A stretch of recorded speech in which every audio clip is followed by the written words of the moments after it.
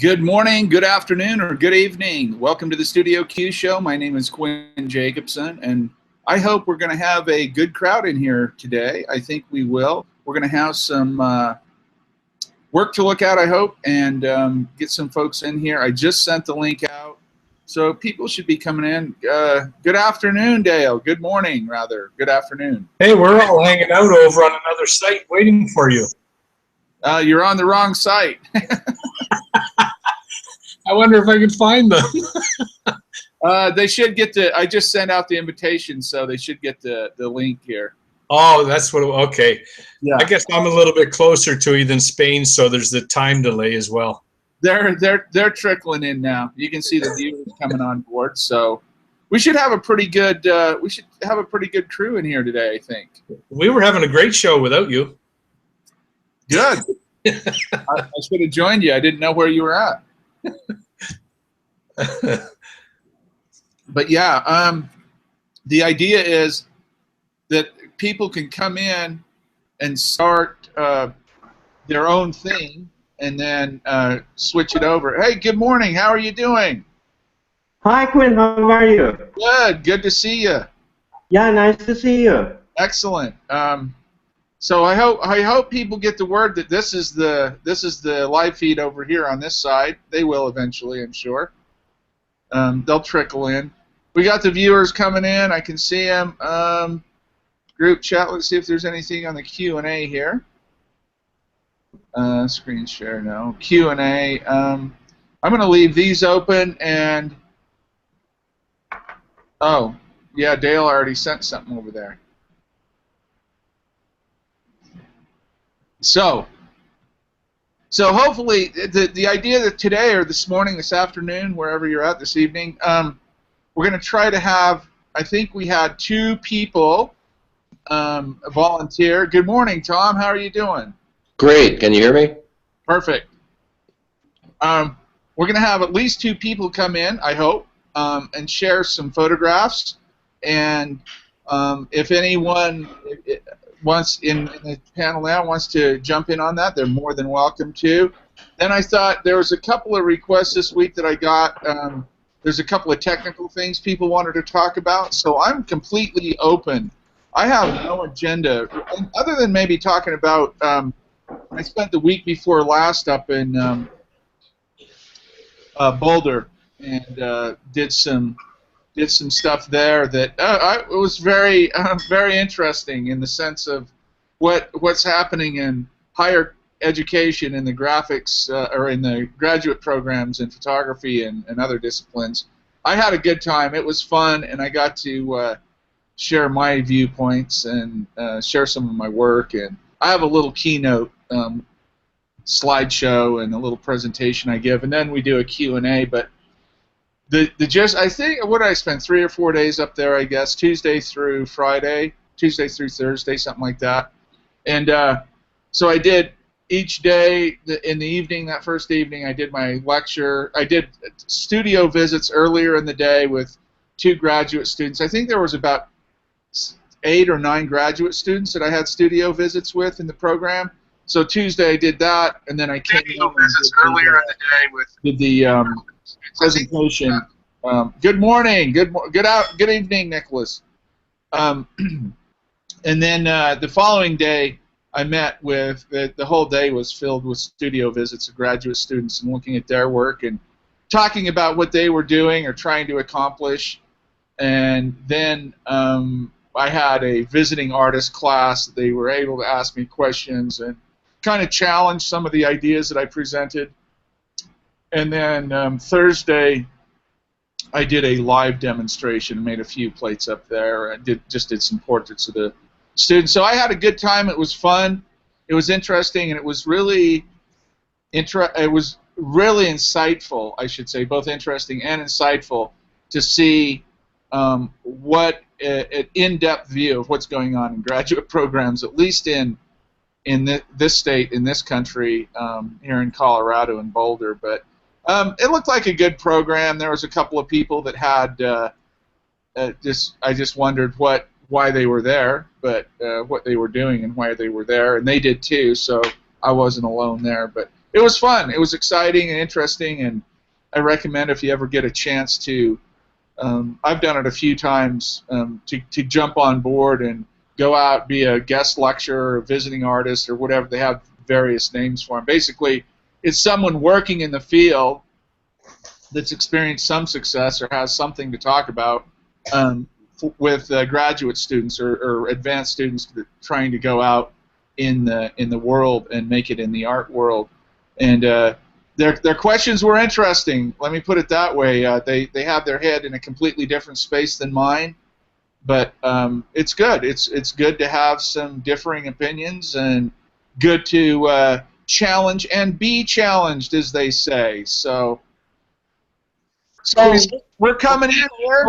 My God. Let me put it that way. They have their head in a completely different space than mine, but it's good. That feedback comes through because of the video delay on the YouTube chat. Anytime somebody comes into the video feed or the live video, that's a 6, 7, 8 second delay. So I just mute you. You can unmute yourself when you're ready to talk. But so I thought what we'd do this morning or this afternoon, this evening, wherever you're at, we can do one of two things. We can either go right into sharing some work, or we can. I believe we have 2 hangouts going on. Yeah, Mark Zimmerman's asking about that. Yeah, we're in. Can you see me? Yes, good to go. Thank you. Other one. Let's see if we can get some people. Let's see if we can get some people over here in this chat or this feed. I wonder who started the other video. Somebody started the other video feed, I guess. They'll figure it out. So let's do this. Since we've got a few people in here, no time to waste here. Nicholas, do you want to take over? I'm going to mute myself, and you can start by just giving us some context and tell us what we're going to look at, and tell us what you want, and what kind of feedback you want, if you want any, whatever you want. Let us get. You got the. Okay. Hi. Can you hear me properly? Perfect. Hello. Hello, everyone. That's the first thought I've got here.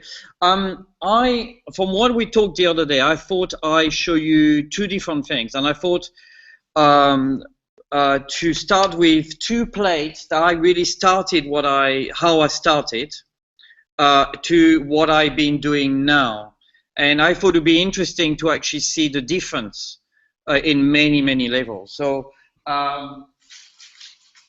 Sorry, I'm in the studio. I've been on the job today working. So the first thing I guess I see I'm only going to say about from my experience. I did 2 portraits. So I'm going to see the first portrait I did was on a tintype, and it was a model, a mannequin, purely. I guess there's no human being around, let's just take the first thing. But at the same time, for me, I kept it because it reminded me of how simple it is. What I found interesting about that plate, and I'm trying to zoom in, is there's a tear on her face. I don't know if you can see it, but basically what happened is we were in a group, we were in Manchester. And what happened is that it come back to what, Quinn, you were talking about, the conceptual behind it. And for me, it was purely I want to do a plate. I don't know how to do it. I've learned how to do it. And when we put the mannequin, my first thought was I needed to have an emotion attached to it. If I'm going to do one plate for the first time, I may as well get the most of it. So that's a point I want to make out of that.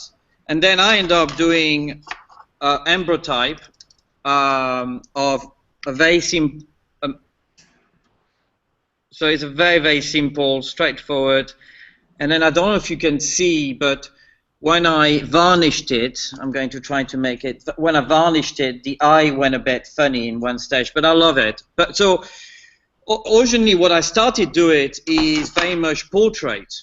Because I'm a portrait photographer, well, I do fashion, I do fine art, and all those things. But what I wanted to show about those two things is that's really how I started, by trying to understand the way light falls on it by using a model, a mannequin, if you want to see, putting a tear because I wanted to kind of get back to that human connection, even if the model didn't have it. And then what I'm going to show you is very, very different to what I'm doing now, you know, and trying to combine what I've learned from wet play collodion to what I'm actually trying to do in my other commercial work. So the one I'm going to show you, I'm showing you from a magazine. I just got this feature in a magazine. And basically, I'm trying to get it. And basically, this is what I've been up to lately. And just to give you a bit of a background story from it, is it's based in Congo. It's called la sape. La sape is a way of dressing beautifully. So what I've done is I took a person. I'm trying to talk to you as well. I'll show you because I think it makes more sense. So trying to show it here. So what I've done is basically get a group of people who understand the whole culture that there is in Africa. So I was trying to combine the fashion aspect to it with the weight plate and the technique, and obviously giving. And I'm using a painted background which has been made in America, in Texas. I got it imported, whatever, imported in. And because I wanted to go contemporary, but at the same time I wanted to kind of be a bit of a clin d'oeil, a bit of a homage to the way they used to do it in the old days, you know, the pose, the structure, and everything. So that was a bit of the idea. So you're going for some 19th century aesthetic in the way you're posing or positioning the sitter. Absolutely, and that's the whole idea. And I'm actually, and so that was made. So we made. If I can escape for 10 seconds. I mean, on my website, you see a lot more of the work in there. I'll show you another picture. I'm going to try to go as close as possible. Uh-huh. But that's the part of the shoot as well. So you come back to the same idea. People, I mean, a lot of people looked at it and thought, oh, that must be an old one. Yeah. And then you look back and you actually realize it's using contemporary fashion. Yeah. But the idea was to try to combine the two to make it, to give it volumes to the way it's been used, obviously with making the whole thing from scratch, but as well of keeping the identity, you know.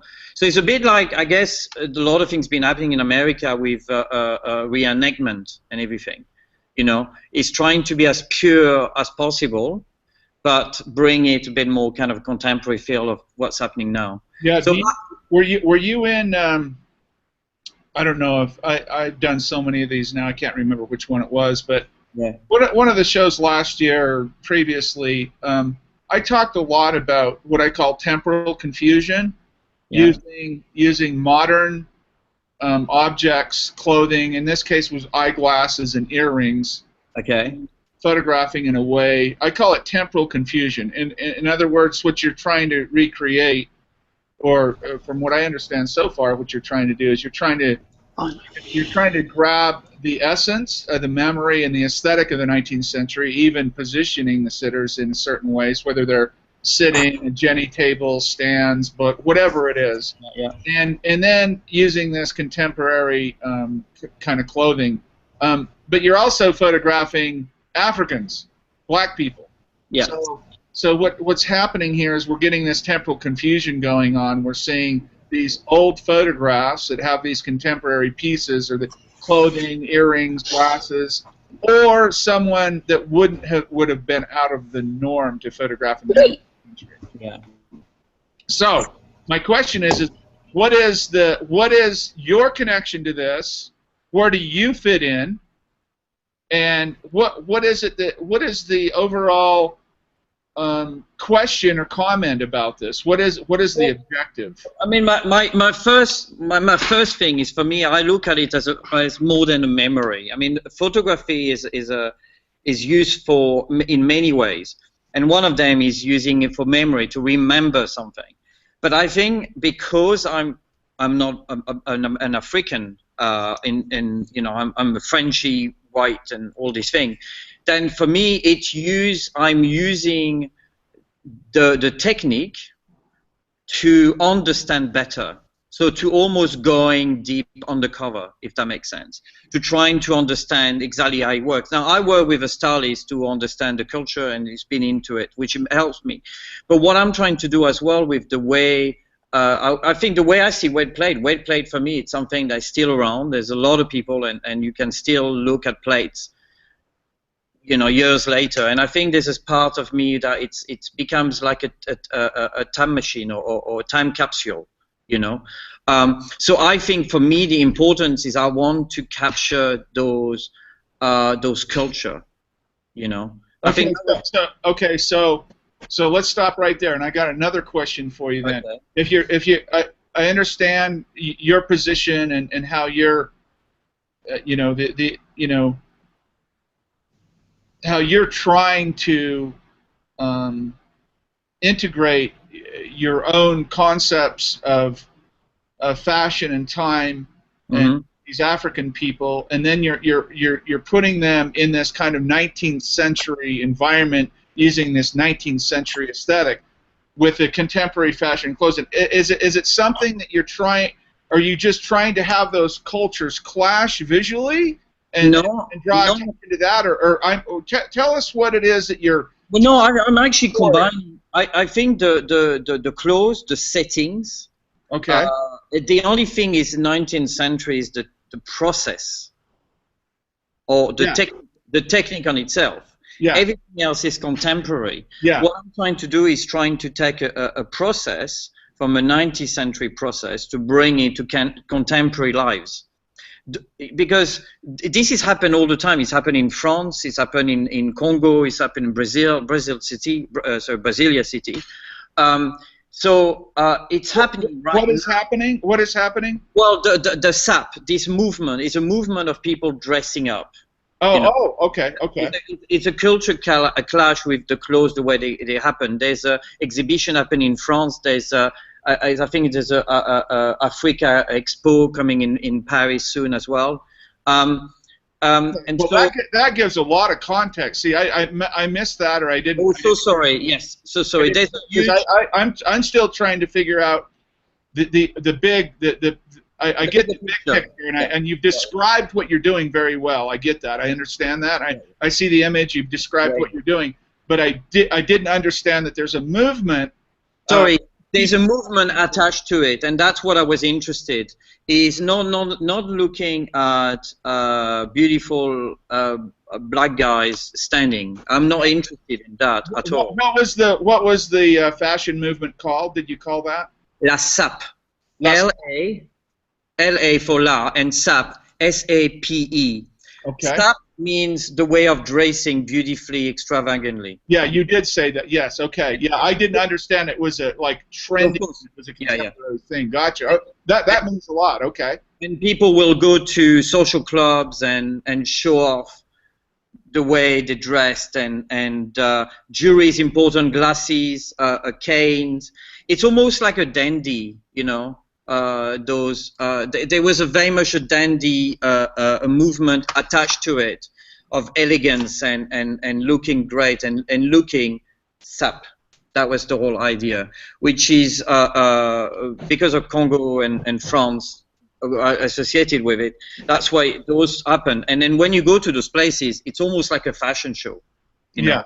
People dress beautifully. Yeah. And there's a certain proudness about it. It's very much a dandy gentleman that you would have in London at the moment.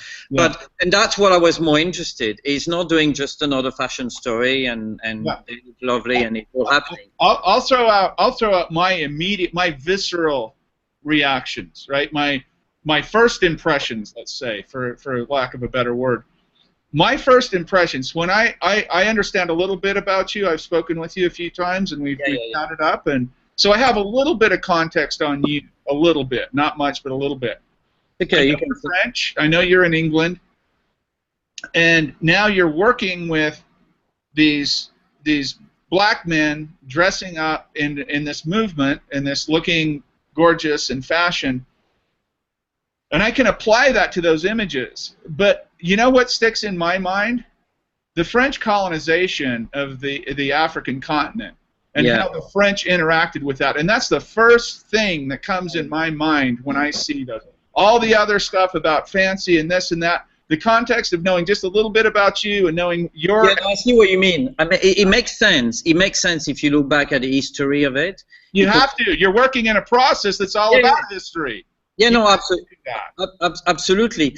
And I completely agree, because I'm working on a project which is continue with it, which is another part of Africa. But I've been working in India now. I've been working on a project to do with India, which is come back to colonizations again. Well, it's interesting. You're in England now, and now you're working with something in India. So I see a pattern here. I see something deeper. You know, you can talk about dressing nice on the superficial, but I see something deep. Well, actually, it's all relative to the clothing industry. It's all related to... Sure, yeah. And it's similar to what Marco Polo did in this journey into Asia.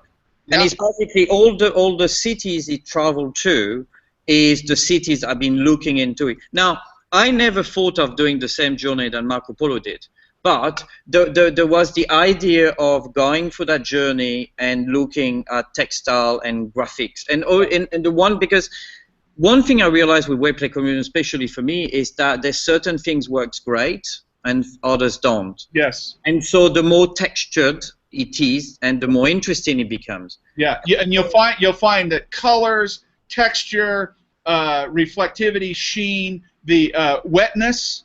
Things that are wet versus things that are dry. You'll learn over time all these aesthetic attributes that collodion can give you with certain materials that other photographic processes can't. And when they work really well, and when they don't work at all. No, and I've learned, I mean, that's what I'm learning a great deal into this work. But what I've realized with that is that the more I learn about the technique, the more I learn about the people I'm photographing, the different sculpture, that there is a shred, a very, very thin shred between what happened in the history, as you say, and what is happening now. Yeah.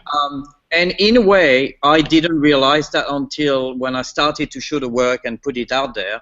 There are a lot of people like yourself, like you're just doing now, are coming back and really asking more about the history behind and our relationship, me as a French, who happen to live in UK, who happen to have colonized the same way we did in Guyana and all those places. Yeah, so there's definitely a shred which never was where I wanted to go, but I know that as soon as you open a can and present something, everything come out, and you have to deal with it. So in a way, for me, now that I look back at it, the one thing I will do against the whole colonizations is the way the guys pose and the ways I've always posed, especially with Indian and everything.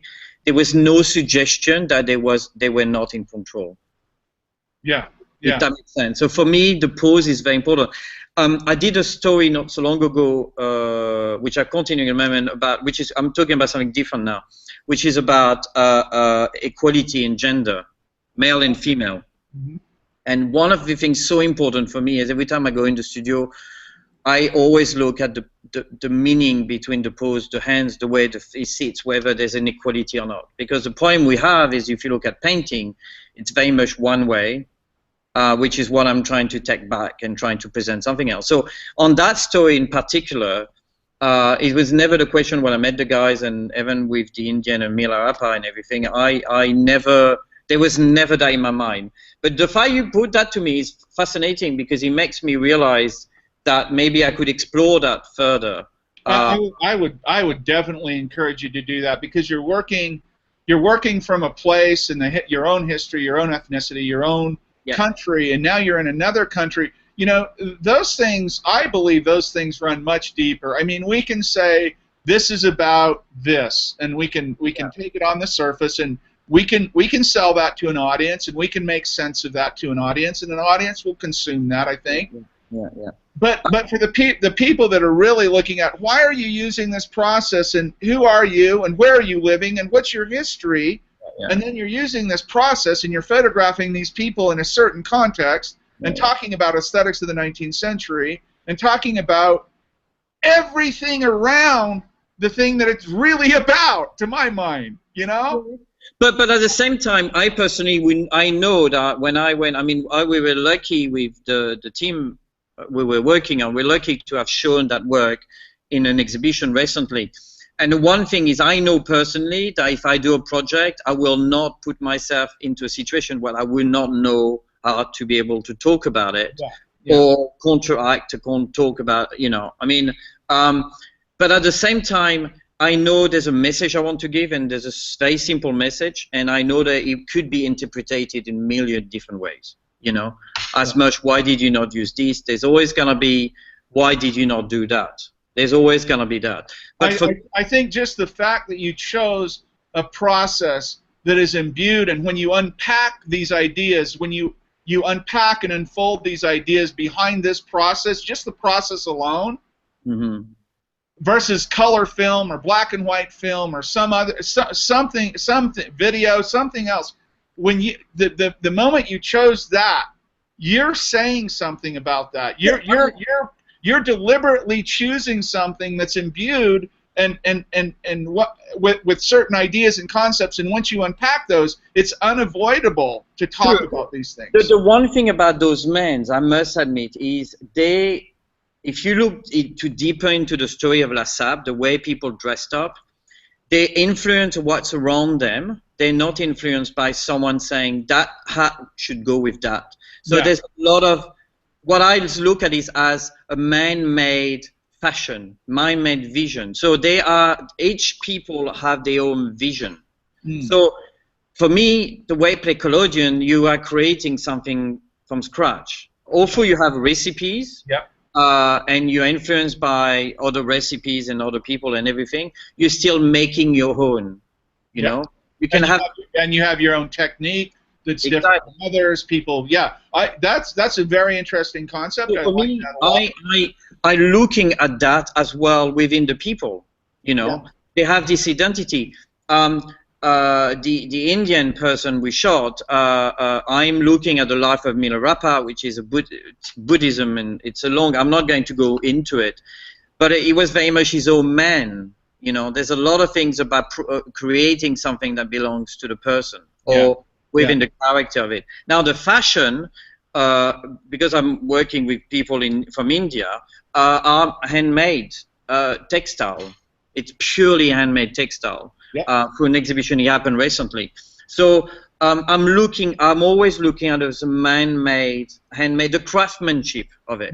And when you give meaning to those materials, once a human being's hands are on something, and you construct that material into something that's expressive, when you give meaning to that material, and you connect those two ideas, so you have these beautiful textiles and designs handmade in Southwest Asia, and you bring this 19th century French or American process to it, that's a beautiful connection there, and that's really, really nice and solid and really goes well together.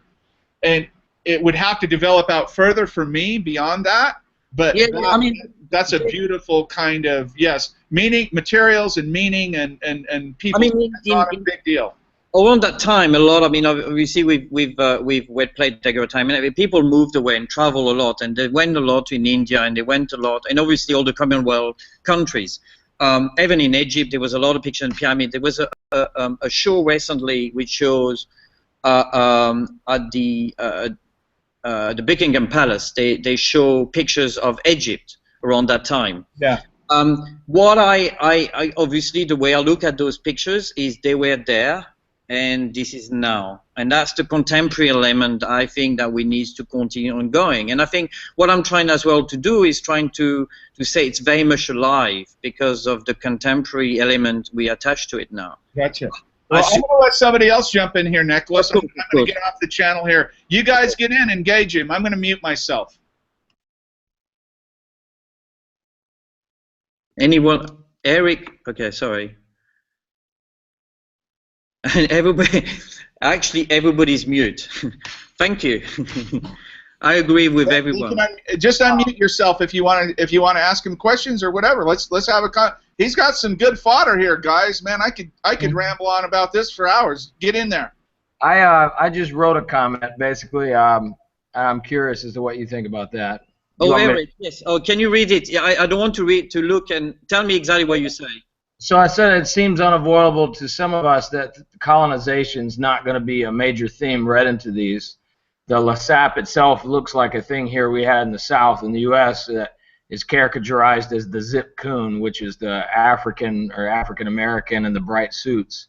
And when I saw it, that's just it's lodged in my mind. I just wonder if young people though who have seen wet plate and Instagram filters, if they read that process and that temporal sort of mapping, if that happens with them. Now, can I ask you a question? Because I'm not familiar with the zip coon. It was a kind of a racist caricaturization during the. You probably are familiar with the blackface in America. Yeah. It went in along with that, and okay. They were always, African Americans with really, bright suits, dressed up very similar. I think it's completely different in the sense where the SAP is it's a movement that comes from Congo, created by the people. It's a community-based movement. It's not political. They couldn't care less. I mean, I cannot speak on their behalf, obviously, but I believe they couldn't care less whether it was someone else apart from the community. It's a community thing. Well, that's what I think was one thing I love about this. I love that. One of my issues, I think, with the way we read into this, is particularly with race, is that we seem to, as a culture, not really want to understand how language works and symbols work and allow them to change and their historic mutability. And I think I actually love the fact that I see this and it challenges something in my head that is not maybe related whatsoever other than a visual, Yeah, I mean, for me, I never wanted to go to a race issue here. And because it's so more difficult as a Caucasian white person to be able to stand and not be embroiled in politics in that instant, where actually at the base of all, it's all about communities. It's about going after work, dressing up in order to be with other people who has the same mentality. It's the same with what's happened in San Diego, the Comic-Cons even. You could look at it as the whole game cosplayer, whatever they call, fans of comic books. It's the same. It's part of being a community, and for me, that was the most important. Whether I was white, blue, red, it doesn't really matter into it. But actually, probably what is maybe the way I look at it. I look with complete open eyes because I had to understand and I had to.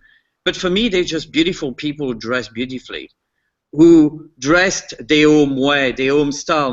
They didn't follow any, and there was no fashion house came and say you have to wear the latest bag because whatever it is. And that's for me.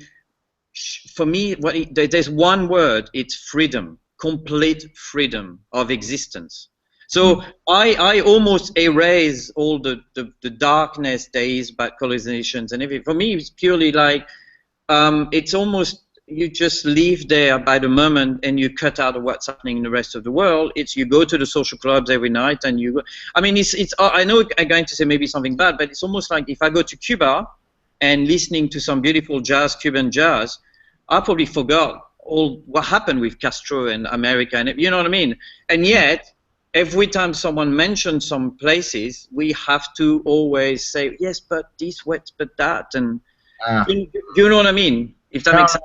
Absolutely, it's a living reality here, and I think. Of course. I like the, but I appreciate it, and I'm not saying one should read this into it, and that one has to be cautious I appreciate, yeah, of course. You know, I think it's good that this thing did sort of have that influence, or you know, it triggered these kind of thoughts for me, and what that does though, I think, is help dislodge that caricature a little bit. But you know, the good things I personally think is the fact it gets something out of you, is that even if you had reservations about the story, you know, the good thing is, one, he opens a dialogue, Right. and secondly, he makes us as I mean, if I was, instead of, not you as a person, but if someone watching it, thinking, well, hang on a minute, maybe I'm going to find out about it, and realize that it's not about the race, it's not about anything else but the community in itself. So in a way, I personally think, and that's what I think art is important, even to me, is I think that it opens dialogue for us to be able to have a better understanding, you know? Yeah, here's where I would jump in and say this is where it's really important, at least to my mind, the things that I rant about context and intention. Because each viewership, each demographic that sees that work, I can understand, Nicholas, you being French and you being in Europe and not seeing this about race, especially Parisian. I get it. I mean, I get it. I lived in Europe. I get it. America still has major issues with races. This is we have a lot of issue in France. Yeah, well, of course, but not as individual people. Like we have, like Eric can speak to this. He lives in the southern U.S.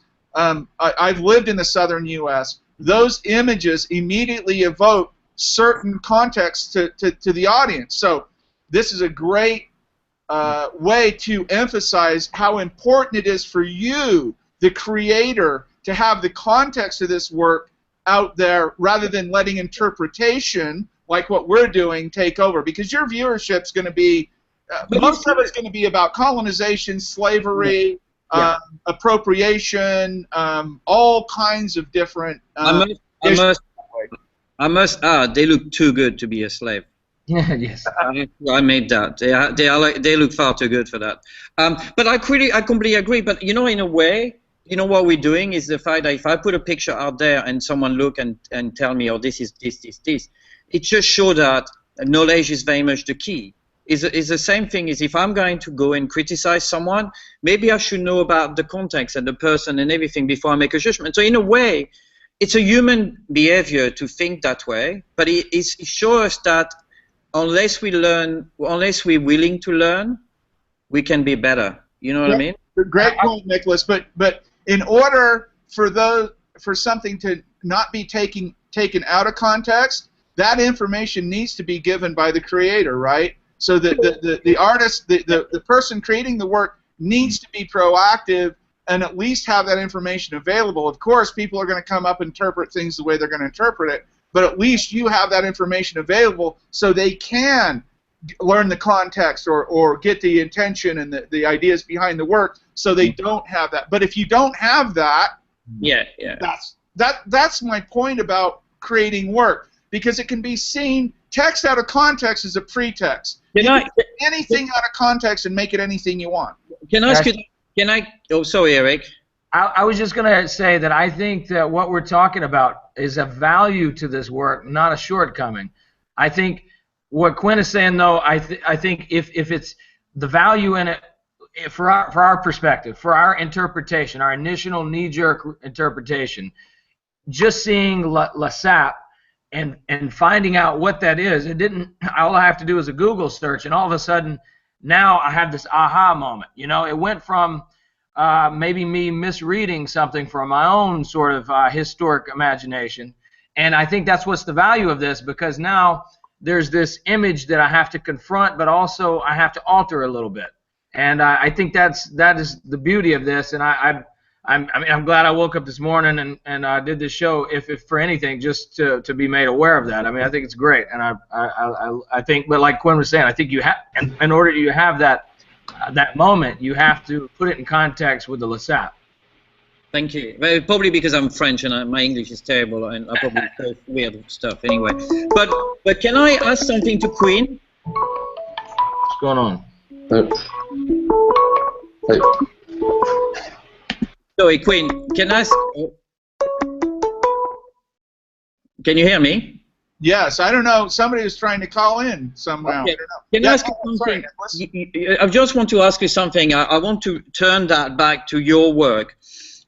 When you talk about the context, now, would you say that the picture you have behind you with the man and the gun, with the short hair, Yeah, this one. Yeah. yeah, without any context, do you think you would have the same response or look or eyes upon it?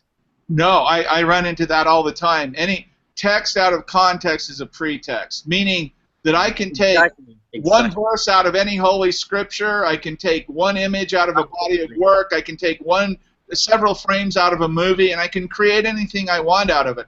That's why it's important that the context and intention comes as a package and an idea, and looking at the work as a body of work rather than individual pieces, unless you have that context. Of course, I get this all the time. People say, "What is your obsession with suicide?" And I didn't see that suicide, but yeah, I interpret it differently. Actually, it's interesting. Yeah. Yeah, and actually, that photograph is from that first body of work 10, 15, 12 years ago or something, and it went over into it changed context for me. This image is called the Suicide of Stephen Lux, 1936. About a Jewish man standing up in France in basically the Congress or the Senate saying Hitler's going to do evil things, boom, and blew his head off look him up, Stephen Lux, L-U-X, 1936. Yeah. So when you give context to the images, you avoid, I mean, people are still, like Eric said, people are still going to bring their filters to it, we all do, but if you can guide them and help them and say, no, I understand why you think this image or that image is like that, and I get that, but here's why I created it, here's the context for it, and here's the larger story and some ideas we can talk about. And I think that's the most important thing. Cool, cool. I might need to let someone else talk. I mean, I've got more work, but I think people want to... Oh, someone to sorry. Can I jump in for just a second? Of course. Absolutely. One of the things that was interesting to me about this is that this context, I think, sort of changes. I think we're all a bit more sensitive to it right now because of the political climate, because we have people in politics that are really using racism as a cudgel. And so I think that, you know, after next November, the context of this might change a little bit. Yeah, completely. I mean, I'm in UK. We look at it differently, you know, and even from France. And I completely agree. And funny enough, every time when I look at my work, this is probably good for. I want to add something. Is the way I work is when I think of a story, I'm very much influenced by what's around in the world politically and everything. I do follow it, but I don't necessarily want to make a stand. And I know what's happening in America at the moment. There's going to be a big change in any way you want to look at it. And so I can imagine that for me being in Europe, and if I come to America and if I bring the work to America, it will be looked differently. And I completely agree with that. There's a part of me who may be innocent to think that, well, like, you know, there's a context. I'm French and I'm come from something else, but I don't carry France with me. You know, you know, everybody will see me. I hope they don't think that you're from Paris. This is where all the bad things happen. You know, I think Paris is one of the most beautiful cities, and I absolutely love that. But I'm very aware that it's something you've got. It's around you, but I won't feed it. You know, well, I want Nicholas. Influence is incessant. You can say it's around us, but I try to keep. You can't. It's in us. Who we are is in us. Whether you want to express that or not, it comes out. It doesn't matter. We are who we are. We're influenced by the things we're influenced by, and we can't completely stop any of it. So it's all trickling out of us slowly. It drips out of us in different parts of our lives. Our mannerisms, our speech, our art, our whatever it is, those influences are going to come out somehow. Because you can look at the history of photography, and what you're doing is talking about what's around you. I did a piece recently, which everybody, oh, this is lovely. This is more still life kind of thing. But actually, when someone say what is it about, which I kind of it's about the immigration. We had the issue in immigration in Europe, and it's happening. But so a lot of people were, whoa, okay, I didn't expect that. But actually, no. If you look at it, you can interpret it in many, many, many ways. And all it is I tell you what it is I don't have the picture here. The work is somewhere else at the moment. But and it's basically what I did is I took picture of different type of feathers, and I took pictures of different type of shells. And the whole idea about what's been happening in Europe because of Syria and what's happening is that a lot of people go and cross the seas, and a lot of dies. And the idea of the seashell was very much about the fact that many of them lost their life in the bottom of the ocean and became seashells. And if you look at it, the fact that each seashell are different, I was trying to say we're all different, you know, but we're still part of. It come back to community again. Yeah, we're still all seashells for sure. Yeah, exactly, and it's called the title I use is I Heard the Mermaid Singing, which is similar to what happened when with Ulysses. I mean, I'm going to the Greek, the Odyssey and everything, and the feathers was we are all birds of passage, because it come back to the same thing. It's come back to the unity. Each individual feathers represent one being. Right. Who trying to fly to another path, another place, So that was the whole idea. But when you look at it, it's just beautiful feathers. The textures, there's the cell with the shell. It's beautiful. But actually, the real story behind it, and I engaged a couple of people in UK, was about that. But I didn't want to have a baby on the water dead. I'm not interested in that. Yeah, no, the concepts can be conveyed in very beautiful, wonderful, beautiful ways, which can be actually more impactful than the graphic kind of image. We have got a question here for you, Nicholas. People are pinging me. Okay. Alexis Alka Studio, I hope I'm saying that right. They said, question to Nicholas, what light do you choose to use and why? Continuous, flash, or ambient? Continuous, flash, or ambient light. What light do you use to make your technical images, and why do you choose that light? Okay, technical. So I'm using Falcon eyes with UV light and daylight tubes. Only if I want to bring more contrast. That's what I've kind of realized. I would say to this person, ask Quinn. He knows far better than I do. Well, they're asking about your photographs, not mine. They want to know what light you use and why you're doing it, and I think you said it. That maybe I'll read into it a little bit. Maybe they're asking maybe it's a question about fashion or why the full light. Maybe I don't know. Well, I've got pictures shot outside. The thing about outside is for me is I would use the environment around it. Otherwise, I don't see the point of recreating a studio outside because I want to get the best light. The beauty of studio is you can have that light. You can recreate by learning more and all that. And it took time. Don't get me wrong. It took time for me to understand better and everything. Yeah. But the advantage is I can have the shadows where I want it. I can lit a couple of items I wanted to do. And because it was a lot about fashion. Okay, yeah. And the person followed up and he said, is the light choice technical or project centered? Technical. Okay, yeah, good. It's purely technical. I wanted to get more details on certain things which I don't know how to control the sun yet. If I do, I'll let you know. But I don't think it's going to be quite tricky, this one. So that was purely technical, more than anything. Yeah. Awesome. Well, thank you, Nicholas. That was awesome. Anybody else have anything else for him? Or I think, Mark, did you want to jump in and show some of your work? Sure. Thank you very much for listening, by the way. Yeah, definitely. Thank you, Nicholas. Can you hear me? We're good to go. All right, cool.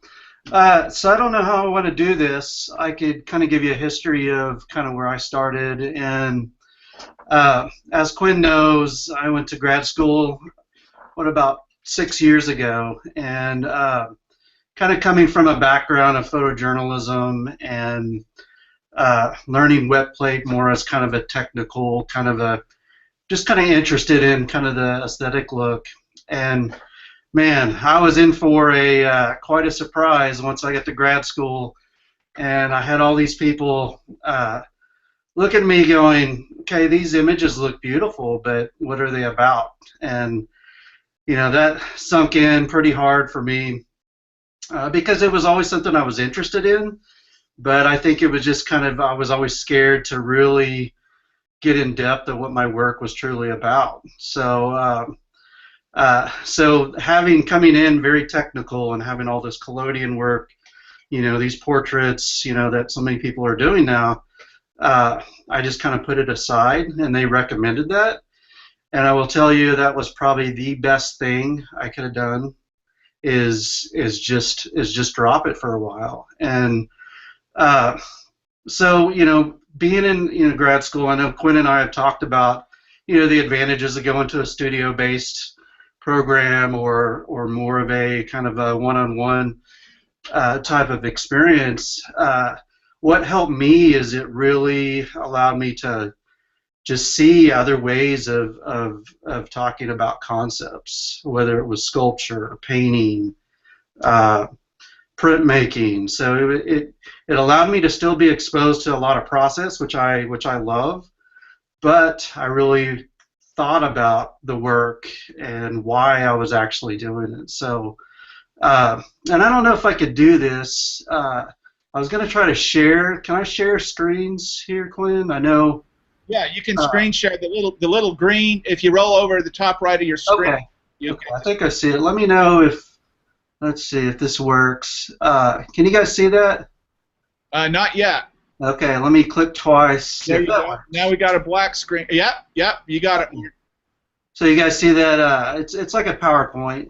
Yeah, it looks like a Veneta. Yeah. Yeah. So a French Veneta. Okay.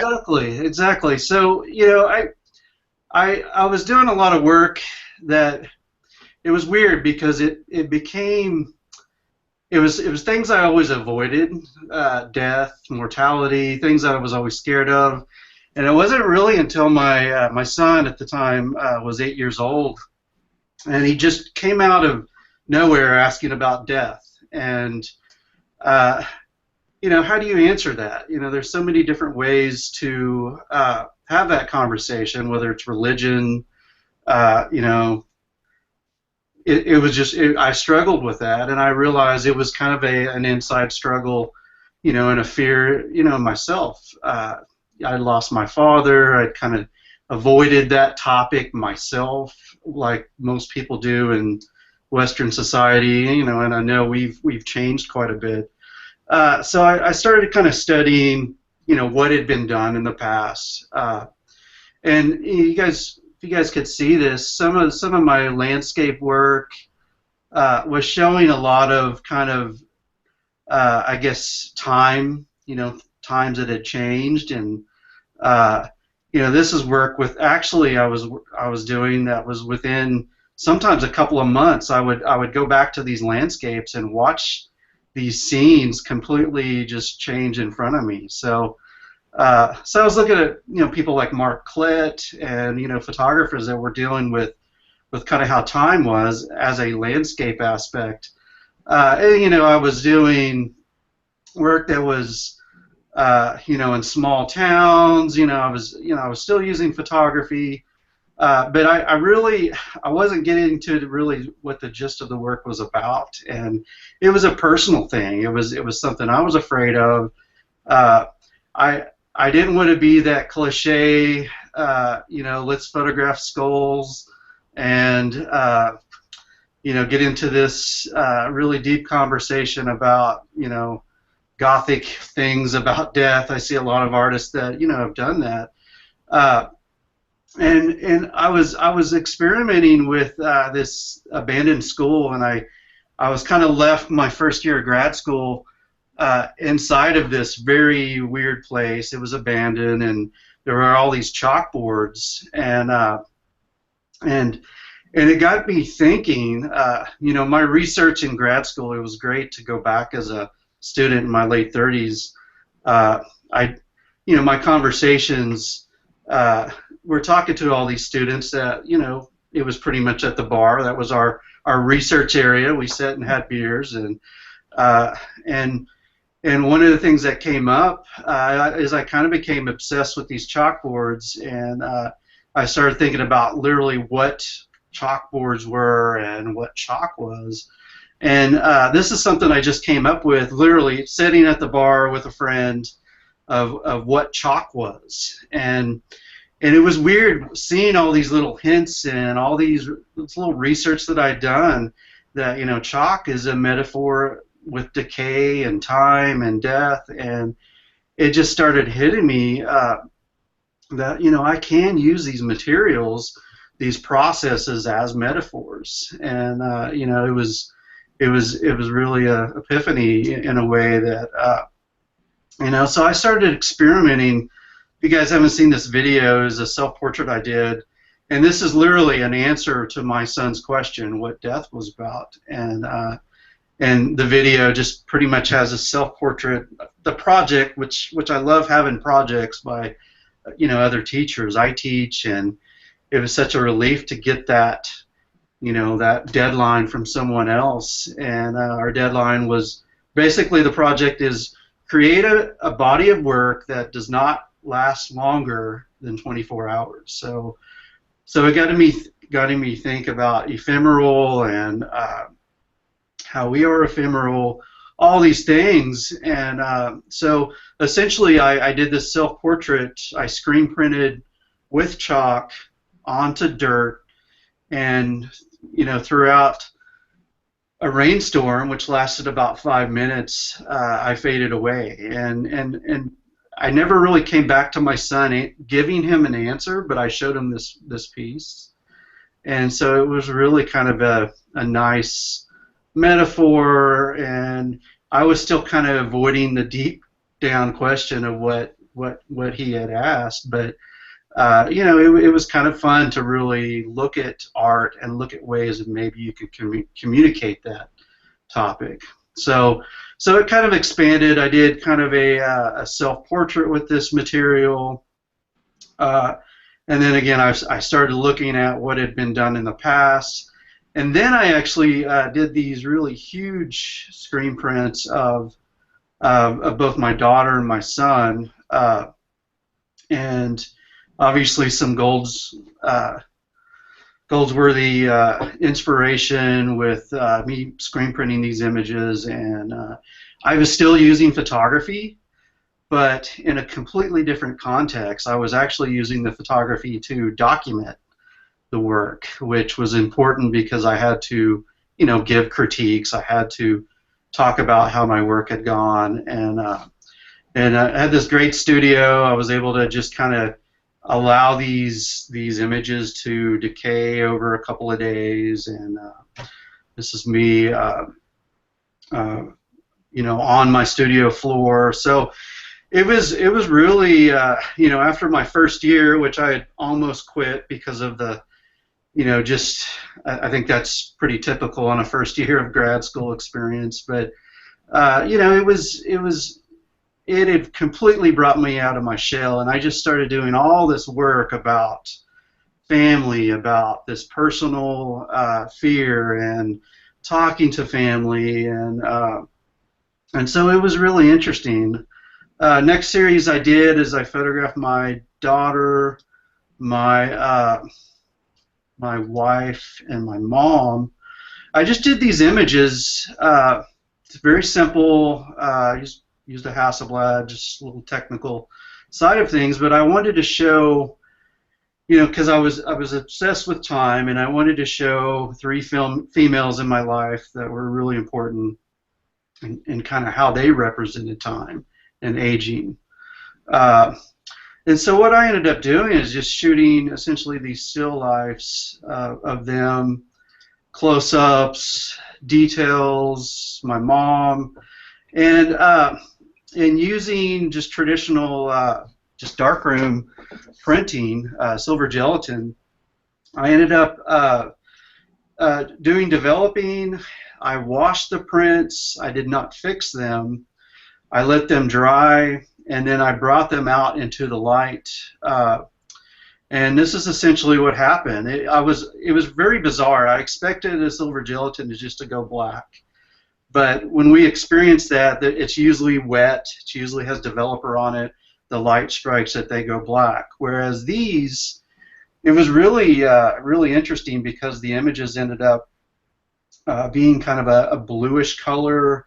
And after, you know, weeks in my studio getting all this UV light, they ended up just going really dark. And it's funny, as you look at, these are my images, as you look at them, they look like collodion photographs. It was very bizarre because here I am trying to just step away from that process and that aesthetic, and I ended up getting images that have that same aesthetic but in a completely different context. So during this time, it was about midway into my, we had these midway presentations. I had to show this work that I just basically showed you guys, and the conversation wasn't so much about the way they looked, it was about what I was truly doing with this work, that I was allowing it to decay and change. And you know, some people in more of a commercial sense would ask, well, how are you going to market this? How are you going to sell this work?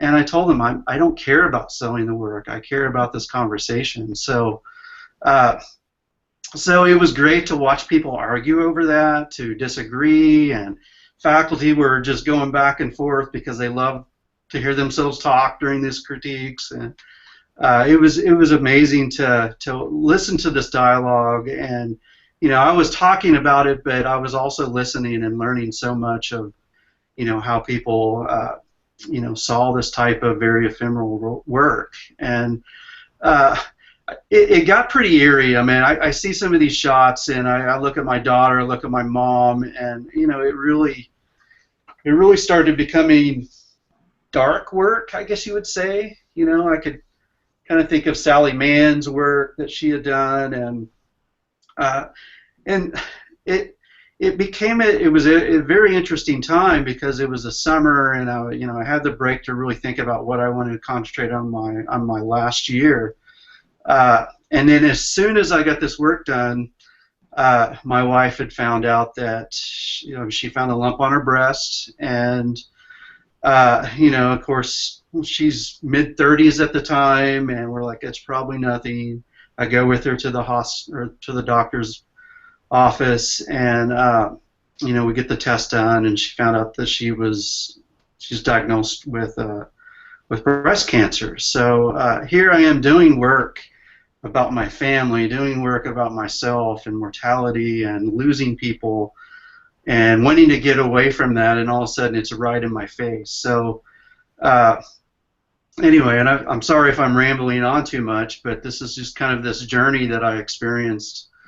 No, it's great, Mark. Just continue on. You got the audience captivated. Okay, so so as I was there in my first year, or my last year of work, my last year of school, and I have all this personal stuff that came up, and she also found out when she got screened that she also had thyroid cancer. Very healthy person, runs laps around me, but you know, it obviously you know, just stopped us in our tracks. And you know, my grad school, they were saying, hey, listen, you know, if you need to take a break from school. I said, I you know, but one of the things that I, you know, and maybe it was a selfish thing to do, but I thought, you know, what better way to also share this experience, to possibly make photographs about, you know, what we're about to go through. But it was important that I sat down with my wife before I even picked up a camera and talked about this. And she her background's in photography, so she understands. She, you know, and you know, my background in documentary photojournalism work, you know, kind of merged in together. And so I wanted to make these portraits of her, but I also wanted to figure out a way to have my audience experience this, I guess you would say, journey, this this time that we're going through. So in a weird way, collodion came back not so much as an aesthetic, but it came back as kind of a, hey, I'm experienced in this. I understand how it works. I wasn't interested in doing, aluminum or tin types or glass ambrotypes, but the idea of using mirrors came up because I knew that was a way I can reflect my audience, more of as an installation. And I had read, I think, in Coffer's book about doing these, front surface mirrors, kind of these faux daguerreotypes. And I was like, well, I'm just going to try a mirror, just a regular glass mirror. Why wouldn't it work? It's glass.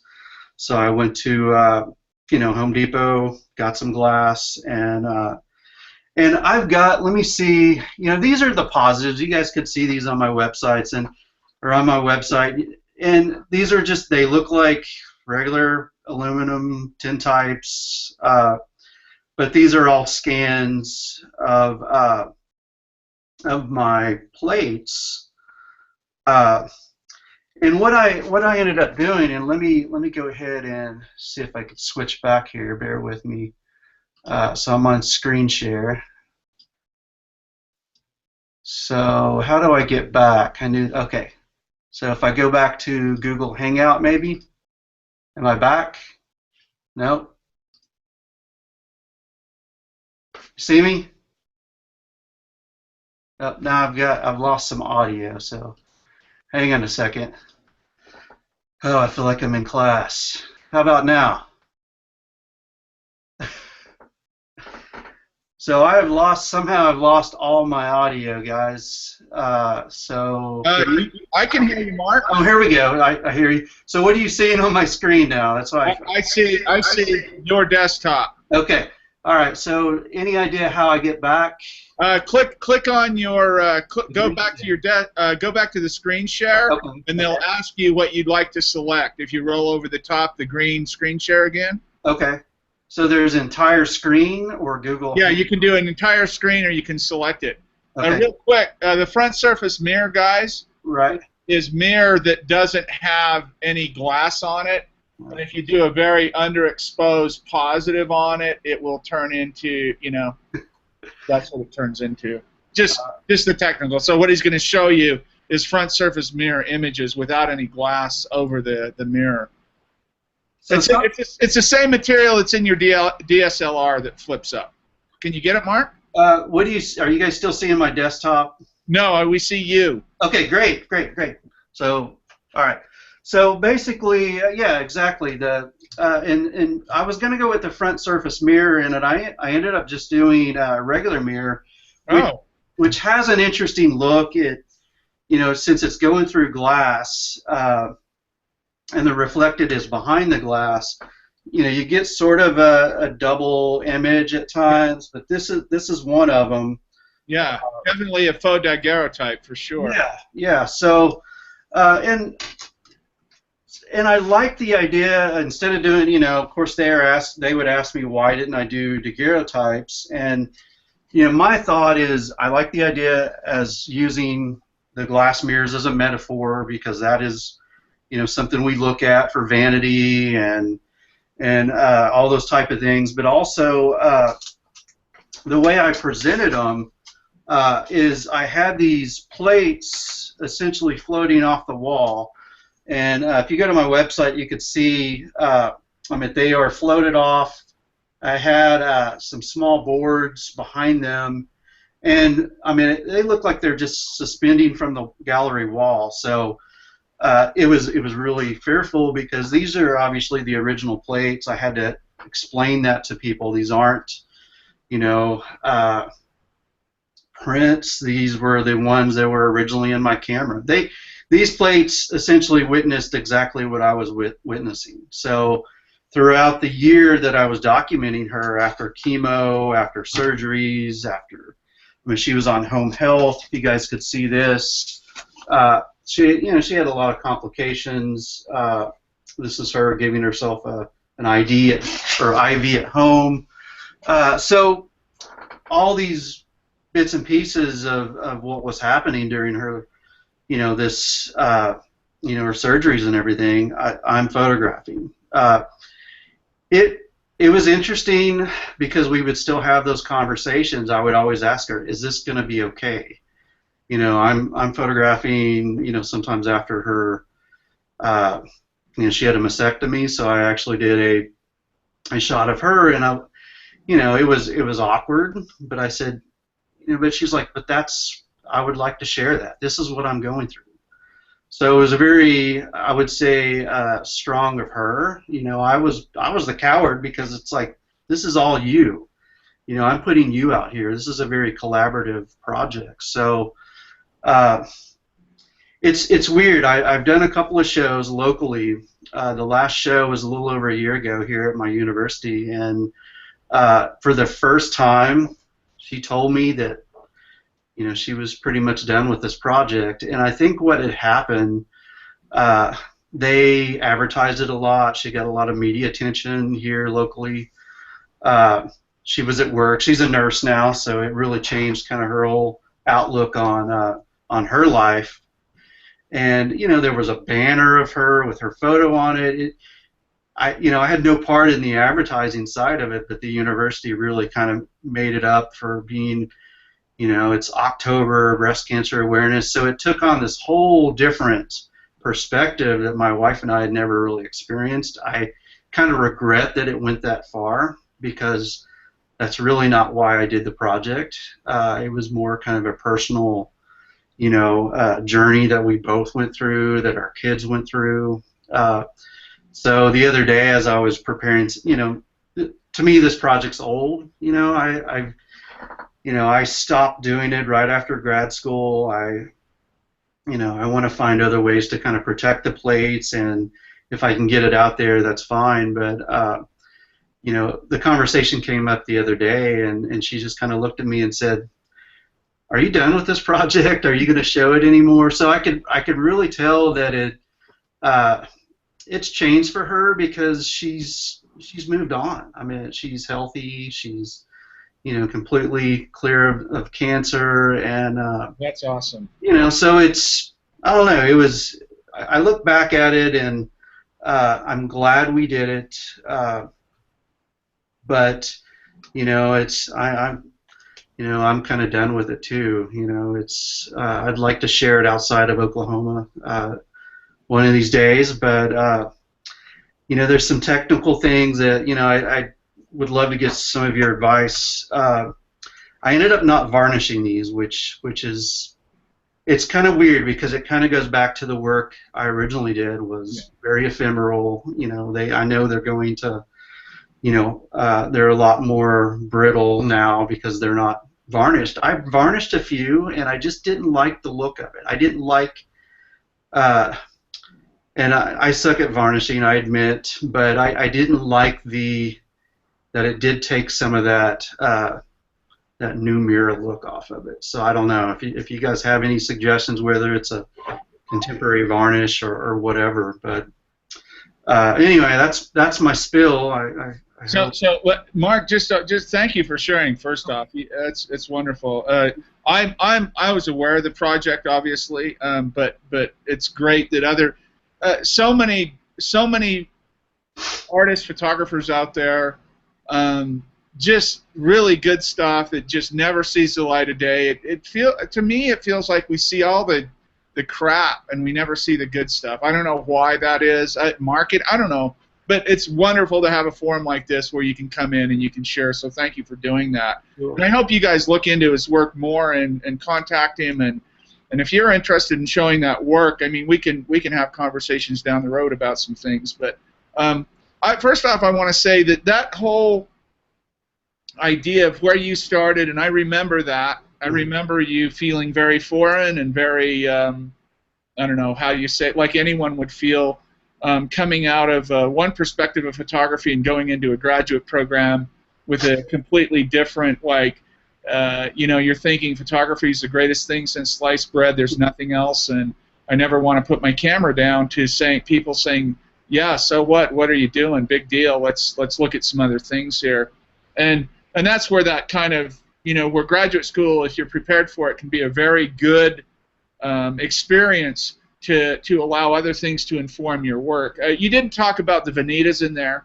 I don't know how many panelists here or viewers that we have watching the show right now know what vanitas are and how important they are to that work.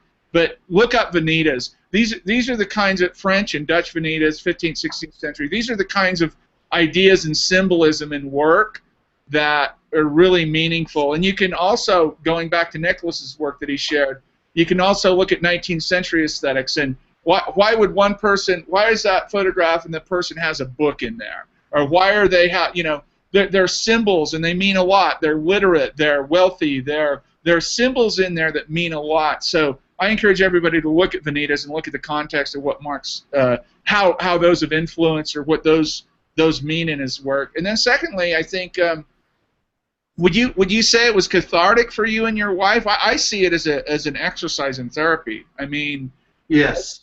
Yeah, good. Because I don't see it as exploitative at all. I mean, I don't see it as now that whole commercial bit with breast cancer. I think that's completely wrong. I would have been livid about that. It was weird.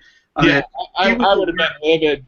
Turning something so personal and so intimate and so incredibly devastating and disturbing into a commercial project. Not that I have anything against breast cancer awareness. Right. I don't. But there's just, some things you just leave well enough alone. But that aspect of therapy or being cathartic, I've always used photography for therapy. I mean, you could go pay a psychiatrist or a psychologist or pick up your camera and plates and do some work. That's kind of my theory about it. But your interest in death and decay, your interest in entropy or the second law of thermodynamics that tell us everything is spinning down into nothing. Everything is ephemeral. Everything is temporary. Everything, including this earth, including this sun, everything is. And when you boil it down to one personal experience, boy, that really drives the point home of this could be lights out, and what does that mean? Dealing with mortality. Dealing with, we're the only creatures. My little cat doesn't know he's going to die. He doesn't have to deal with that mortality crisis, right? But we know we're going to die. So, like Mark said, in his work, he could either not deal with it or let it visit him, because at some point in time, death is going to visit every one of us, some near us, and then eventually ourselves. So we have to deal with it at some point in time. Did you read Susan Sontag's book on photography and how she talks about mortality and those kinds? I'm sure you did. And Sally Mann's work, What Remains. If you guys haven't looked at this work or studied this work, you should, because it's really, Sally Mann used the Clodian process to go into these forensic fields in Tennessee or Virginia or somewhere and photograph bodies that are decaying. And Mark's work has always kind of resonated that way with me, but on so much more of a personal level. I mean, I love Sally Mann's work, don't get me wrong at all, and she's got her own context for that, and it's very powerful. But Mark's work really resonated with me along those same lines. This is a topic that in graduate school can probably get you in trouble, because mortality is a topic that's been present with us ever since we were human beings, right? Ever since we knew that we were going to die, we've been making art and making comments about it or avoiding it or whatever. But the idea of the entropy, the idea of things being temporary, and I actually love it, and I would never say this in a technical conversation, but I love it that you didn't varnish those plates. Yeah. But if you wanted to varnish, the plates you talked about, they're much more brittle now. The plasticizer, the lavender oil in the varnish, that would keep them from cracking. The big problem you're going to face on the technical portion of that is you're going to face the fact that they're going to go black, like you said. So the sulfides in the air are going to hit that silver, and it's going to turn into silver sulfide, which is black. But I think it's good. I think you should let them fade away. I think they should die. I think they should actually experience mortality and die themselves. I think they should go through the whole process, whether they live for 30 or 40 or 60 or 100 years. Who knows? Well, I appreciate you saying that. That's really important. And I think the fear was just if I ever show them, just people touching them and stuff. So that was kind of my worry. But you know, and I originally thought about framing them, but the idea of them floating off the wall and just looking like they're about to fall off, and I've dropped them before, and it's, you know, I've shattered them before, and there is that, you know, I'll get pissed off, I'll cuss, but then it's like, well, you know, this is really what this project is about. So. And I had a question. When people queried you about using daguerreotypes versus collodion, the process didn't really matter. It was this image, a mirrored image, so you can see yourself as you looked at the work in the, you know, all that kind of stuff. Right. And daguerreotypes, why did you choose not to do daguerreotypes for this work? Well, it's because, I mean, you know, the surface of a daguerreotype is obviously very brittle and will wipe off and scratch, but the idea of just using a physical mirror, something that someone could relate to, you know, gotcha. Yeah. Instead of having the copper, the silvered copper and all that, and, you know, and yes, it was convenient because I knew this process, but I think that was probably the biggest thing is I talked a lot about mirrors, and, you know, I even looked in possibly even making my own mirrors, but you know, but I didn't feel like that was necessary.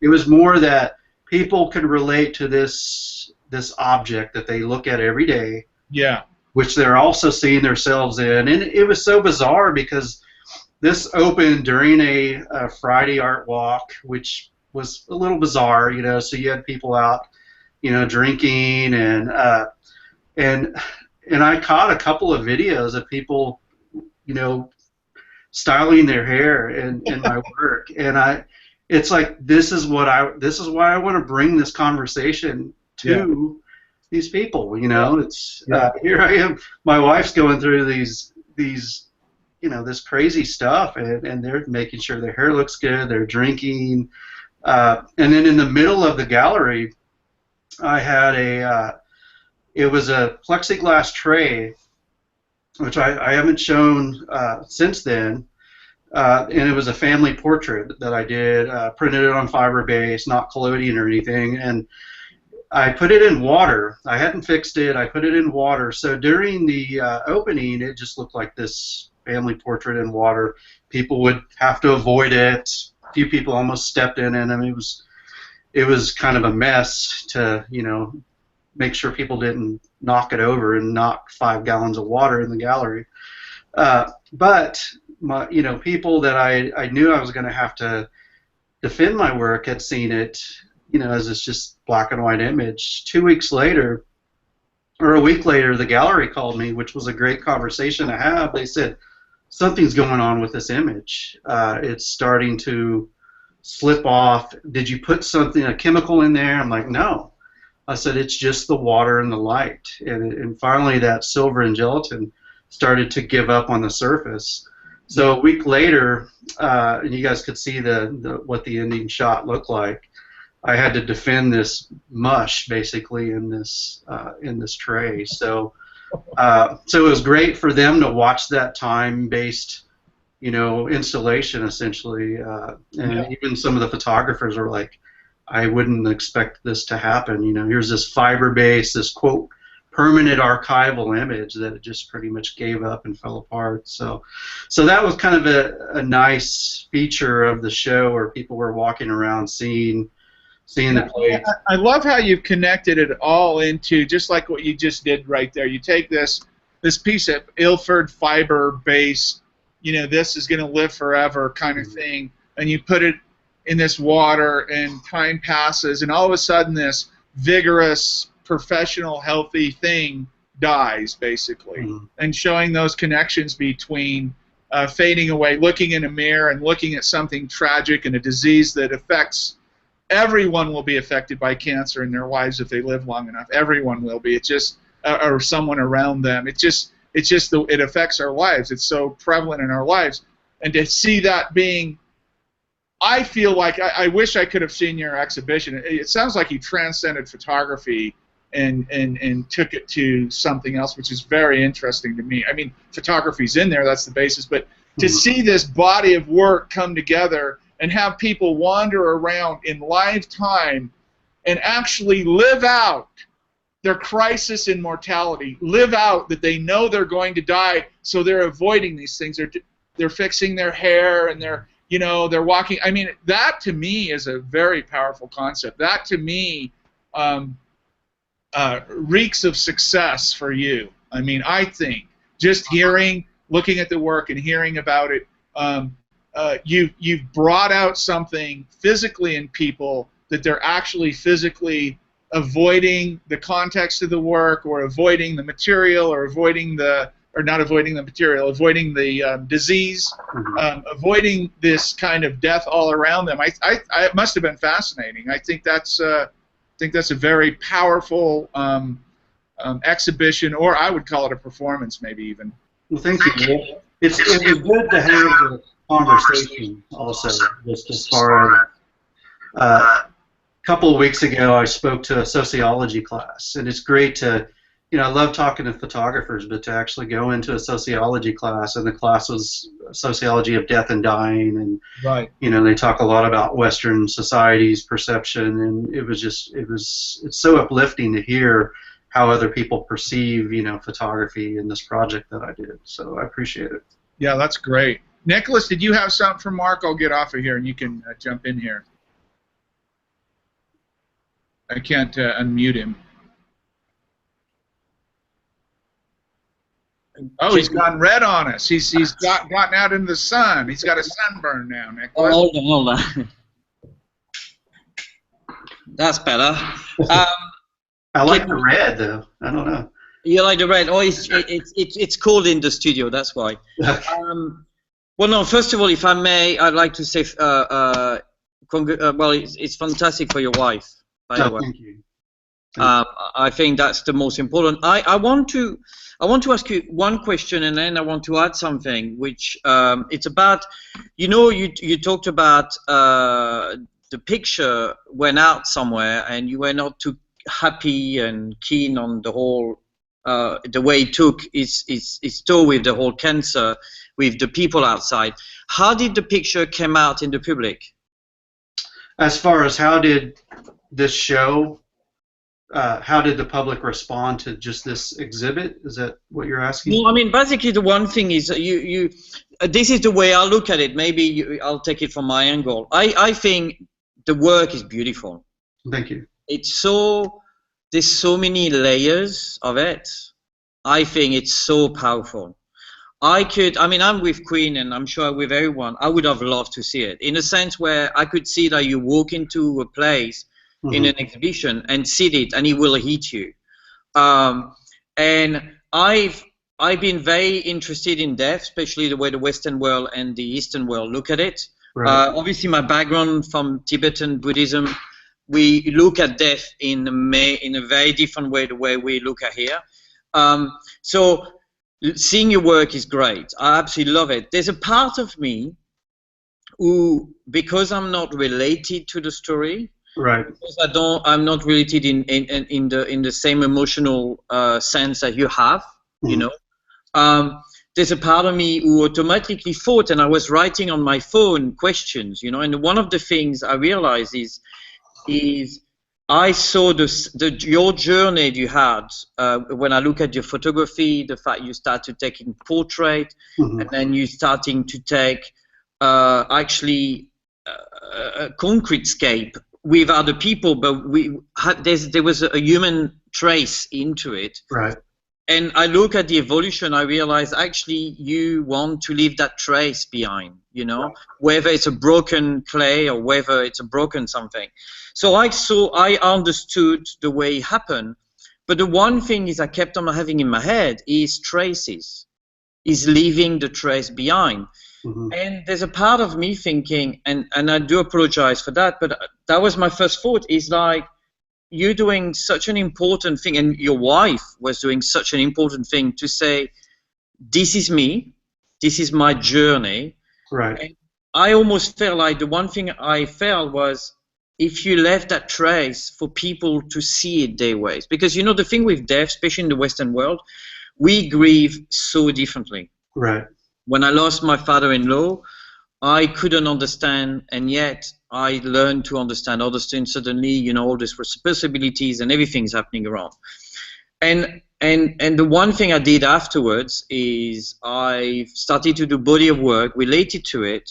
But one of the things I did was I wanted to kind of tell people, you know, because there's no books how you deal with that. No one tell you anything.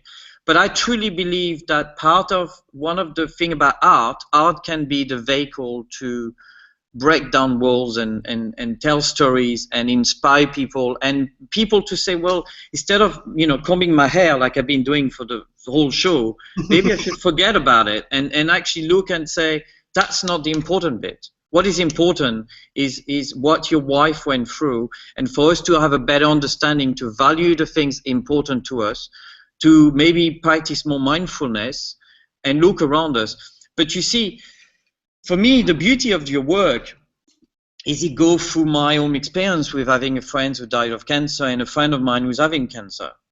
And there's a part of me thinking, I wish they could see you. I wish they could hear you. I wish they could go to this show. But there's a certain raise of awareness. So for me, sometime, and I did a project on mental health, which I got involved a charity, because I wanted to not target a group of people.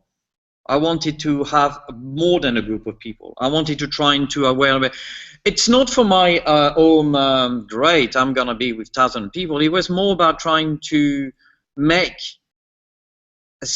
trying to help someone somewhere. I don't know how, but at some time it happened with someone coming to you. Or for me, when I hear your story and I see what's happening, it makes me feel, you know, it makes me think of other people who, you know, I tell you what it makes me feel. I know it sounds really weird, but it makes me feel when I look at that broken face, right, and the unvarnished plate, it almost makes me feel like, you know what, maybe I need to call someone, to call someone very close to me to say that it's not finished, you know? Maybe I need to varnish my relationship with other people. Mm-hmm. Maybe I need to see them more often. Maybe I need to be there more for them, because otherwise everything will go in pieces, and those pieces eventually I just forgot about them. You know, I'll walk onto the pool of water you mentioned. You know what I mean? I think that's what it makes me realize. And for me, what you're doing here by presenting your work make me closer. That makes sense? It get people closer. You know, so what I was trying to do, I'm going to say, because I ramble a lot, but my question is, why did you not feel that eventually, maybe, obviously you and your wife, and because she has a huge say, is to say, you know what, maybe we can help others to see things, and maybe the exhibition can be the vehicle for a greater vehicle, which is an institution, something with cancer, who could be with the way the grieving, because there's as well, you know, we look at the people, but as well, how about you as a person? Right. How do you deal with it? Do you know what I mean? What I was trying to see is trying to understand whether you would want to go and explore it for other people, I suppose. And I know it's a sensitive subject because you mentioned it. Yeah, no, I think it was something I didn't expect, you know, that we had people saying, you know, you could take this and, you know, you should contact, you know, hospitals and maybe show this work, or rehab places, you know, contact breast cancer awareness places. And I did reach out to some of those people, but I think what's difficult is, I think, getting it out there and seeing it. And not that that's a commercial aspect of the work, but I feel like it kind of starts to lead that way. You know, that I am using this work, yes, for the better good, but it almost tried to. I think it does kind of commercialize it a little bit too much, probably, for what I would want. Having it in galleries, because I feel like it is an installation. I mean, I've got my work up on the website, and they're positives. Most of, you know, I do have what they look. I try to show what the work looks like, but I would rather be there in person when I show it than when I talk about it. You know, I did a blurb book, you know, the catalog that was done with the gallery, people took home with them and stuff, and probably showed relatives, and yes, that's going to bring up conversations, but there's something about that I feel like it is an installation. All of that work that I showed is an installation, not a photography exhibit, not a book, not a set of prints that someone can look through. It is really that kind of, you know, I want to be there. I want to be able to talk to someone, you know, because even the president of the university came up, and his first thing he did is went to my wife, and I love it when she's at the opening, is, how are you? You know, my wife is going through the same thing, and you know, that conversation, yes, that, to that's me, the beauty. That's yeah. the beauty of what you've done, and I think that's why I sometimes. I mean, you see, I'm going to be naive there. I don't see the commercial value of it at Right, all. right, no, Because for me, you're not selling toothpaste, you know. And the thing is you are telling your story. right, People, I'm sure there's somewhere who will want to hear your story to relate to them. After that, it can easily go out of control, right. but unless you choose so. I truly believe that. Unless you choose, this is what I want, I'm going to do a show, I'm going to maybe have an open debate or a tour. You don't have, you know, tour, people can ask, and I'm going to say, if you need any information, you go to those people, because that's who you deal with, and they're better equipped to do it. And I don't think that, you know, when I did the mindfulness, the mindfulness and the mental health thing, I didn't see at the commercial. I didn't use my picture for anything other than the product. Yeah. And the other things as well is I owe it to the people I took pictures of, because I said to them, it will not be used any other things than raising awareness for what it is. So I feel very strongly about that. So I completely agree that as soon as as soon as it's taken commercially, you lose the soul of exactly what you have. But I think it's great. I think it's fantastic. A quick question, if I may say. Sorry, I talk a lot. No, you're good. But I wanted to know whether you continue doing wet plate. Right. That was my first question. I'm going to give you those 3 questions. Okay. The first thing, I know you've used digital and film to document your process and going on there. I wanted to know whether you feel that it's necessary to do it, to use those 2 medium or techniques, or do you think you can just have everything done in one process as opposed to digital and film? That's what I'm trying to. I want to ask you the question. Okay, as far as like based on the concept that I've kind of showed you guys about mortality, and is that what you're asking as far as? Well, not necessarily that process now. What are you now? Where I am now, that's where, man, that's a good question, and that is kind of where I'm at. I'm really at a standstill with my work. You know, I've got this work that's kind of behind me.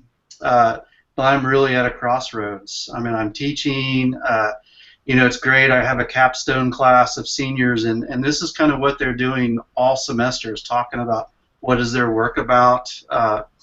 But I've got some ideas, but I'm blank as far as like, where do I go from here? And, you know, I've thought about pursuing similar concepts, but I will tell you that may or may not be in wet plate, that may or may not be in digital. And that's the beauty of it, and that's what I really learned in that grad school experience and being around other disciplines. It's like, you know, I could pick up any sort of tool and try to get this conversation up, but my heart is in photography. You know, it's whether I have to use it as a documentation source, but it, you know, that question was asked actually during the sociology classes. What are you going to do next? And I mean, it's really, I stay up at night because I have no idea. You know, the only reason I ask is because I wanted to understand whether I had an issue where I was doing a lot of films and a lot of Polaroid, but I said to myself, I've got to concentrate into one thing. Yeah. If I'm going to do something, do it, but concentrate. I don't want it to do so many different things. And more to the point is because it's a different attitude towards the work. You know, where you will take a plate compared to a roll of film, and Polaroid. Everything is a different mentality, and I didn't want to have different mentality. I wanted to concentrate on one thing. So, but I'm going to go away for sure. I'm going to let everybody speak. But the one thing I was going to say, you know, the thing is, I know you got the answer of your when you say you're in crossroad. Right. Because for me, from what you told me about your story about with your wife and everything, is I wanted to ask you: do you not feel that as soon as she was free of cancer, realized that she could do anything? Right. And so you almost have the answer yourself. Yep. You know the beauty of the crossroad. If you remember North by Northwest, so much happened, you know, in that crossroad. So if you think about it, you will find something very quickly, and I'm sure it will be as powerful. And I think you have this sensibility from what I've seen your work, and I think you should continue on that. That's my thing. Well, thank you, and I will tell you, I would love to get this work out outside of the state. You know, so if you guys have any suggestions, I have not written a proposal or anything anywhere. Okay. I will say something before I'm like that. You have my email? Okay. On my work or anything. Let's talk more and you know, and do. Okay? And the next thing I want to do is take one of Quinn's, hopefully his collodion negative class, because oh gosh, I would love that. Yeah, come on over, man. Come on over. You're always welcome here, Mark. And we can get your work into Spain too. We can get your work over into Spain next year. All right. Well, I appreciate it. Yeah, definitely. We can do that for sure. And there's a lot of places that we can. I mean, not really, honestly. And I said this last year when I started doing these Studio Q shows. Really, what this panel and this forum is about, whether you're on the live panel or you're watching it after the fact and you've stuck around for 2 hours or an hour and 40 minutes or whatever we're at. The real point of this is to engage people, have a place where we can come and gather and talk not just about photography. We can talk about art and life and death and it, because it's all interconnected to me and to everyone really. But really, there's some practical things we can do, and some of those practical things is help people get their work shown and utilize resources and utilize the connections and the networks we have to help people show their work or get their work out there. Now, you know, obviously, it has to be a solid, you know, has to be substantial and be you know, there's some criteria. You know, there's not much we can do with, you know, doorknobs and pumpkin shots. But if you have a serious body of work and you want to get something going, I say come on into one of these shows and let's start the conversation. Let some people like Nicholas and other people jump in and throw ideas around and make some connections. And you know, I live in that world a lot of the times, and I'm around the galleries, and I'm in contact with festivals and all kinds of stuff, and I could show my work a lot more than I do.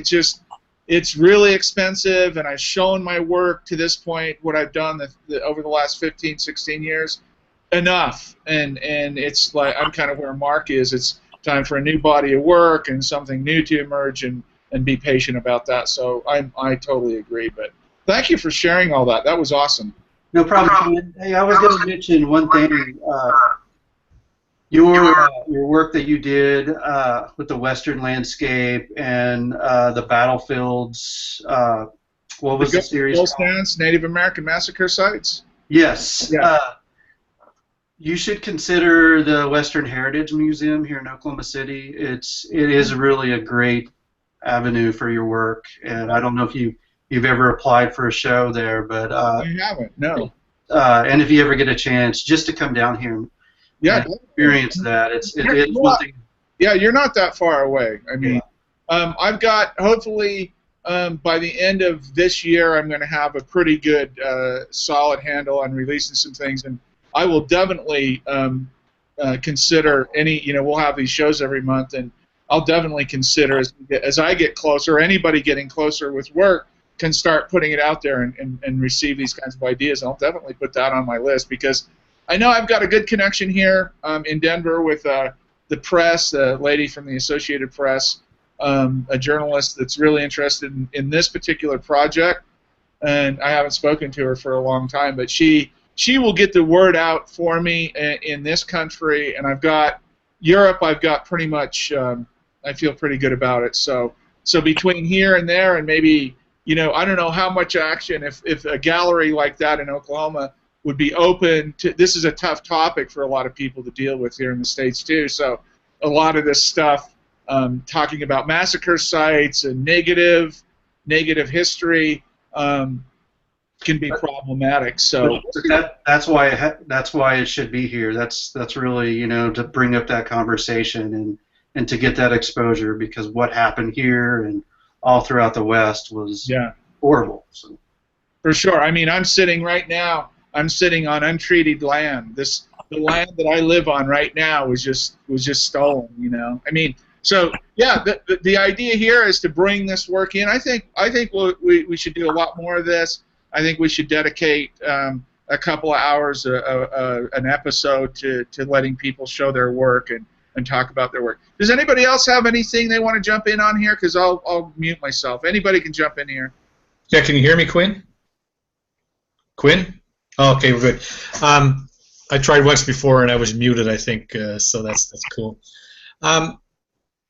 Great discussion and conversation on several fronts. I particularly enjoyed Nicholas and Eric and their dialogue on the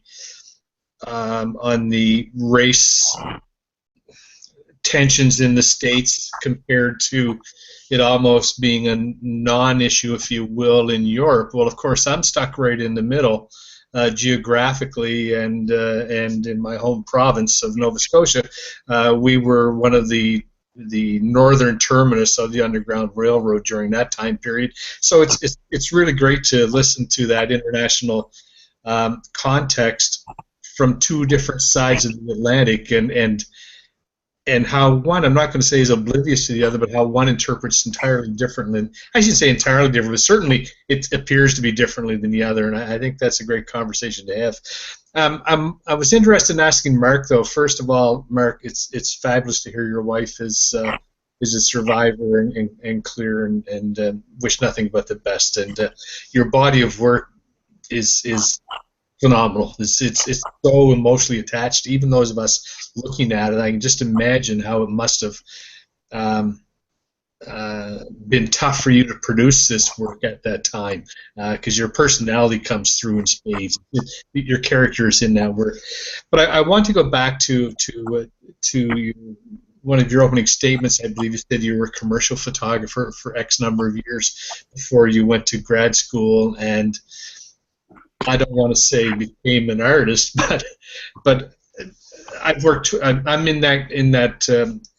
Personally, I'm in that those crossroads right now of 28 years of commercial, and now just starting to produce. Hopefully, when I'm ready to produce work that means something to me more so than to my clients, and because it's time for me to have some fun and to explore what I want to explore. So my question is, how difficult was it to transcend from the commercial to the personal work? And is it a switch that you can throw on and off at whim as you desire? I tell you, I was doing a lot of freelance, more photojournalism, once I got the job here at the school, because I wanted to be out there, still producing work and getting published. On the same time, here I had this kind of what you're experiencing. You're doing collodion, you're doing your own work for you. I made the decision, especially when I went to school, that I just, luckily I was able to have this income at where I'm teaching, to be able to just kind of just say, I'm going to just put the commercial side stuff aside and just stay away from it and really concentrate on on my own personal work. I mean, I thought, well, maybe collodion I'd get some commercial shoots with that, but it never really happened.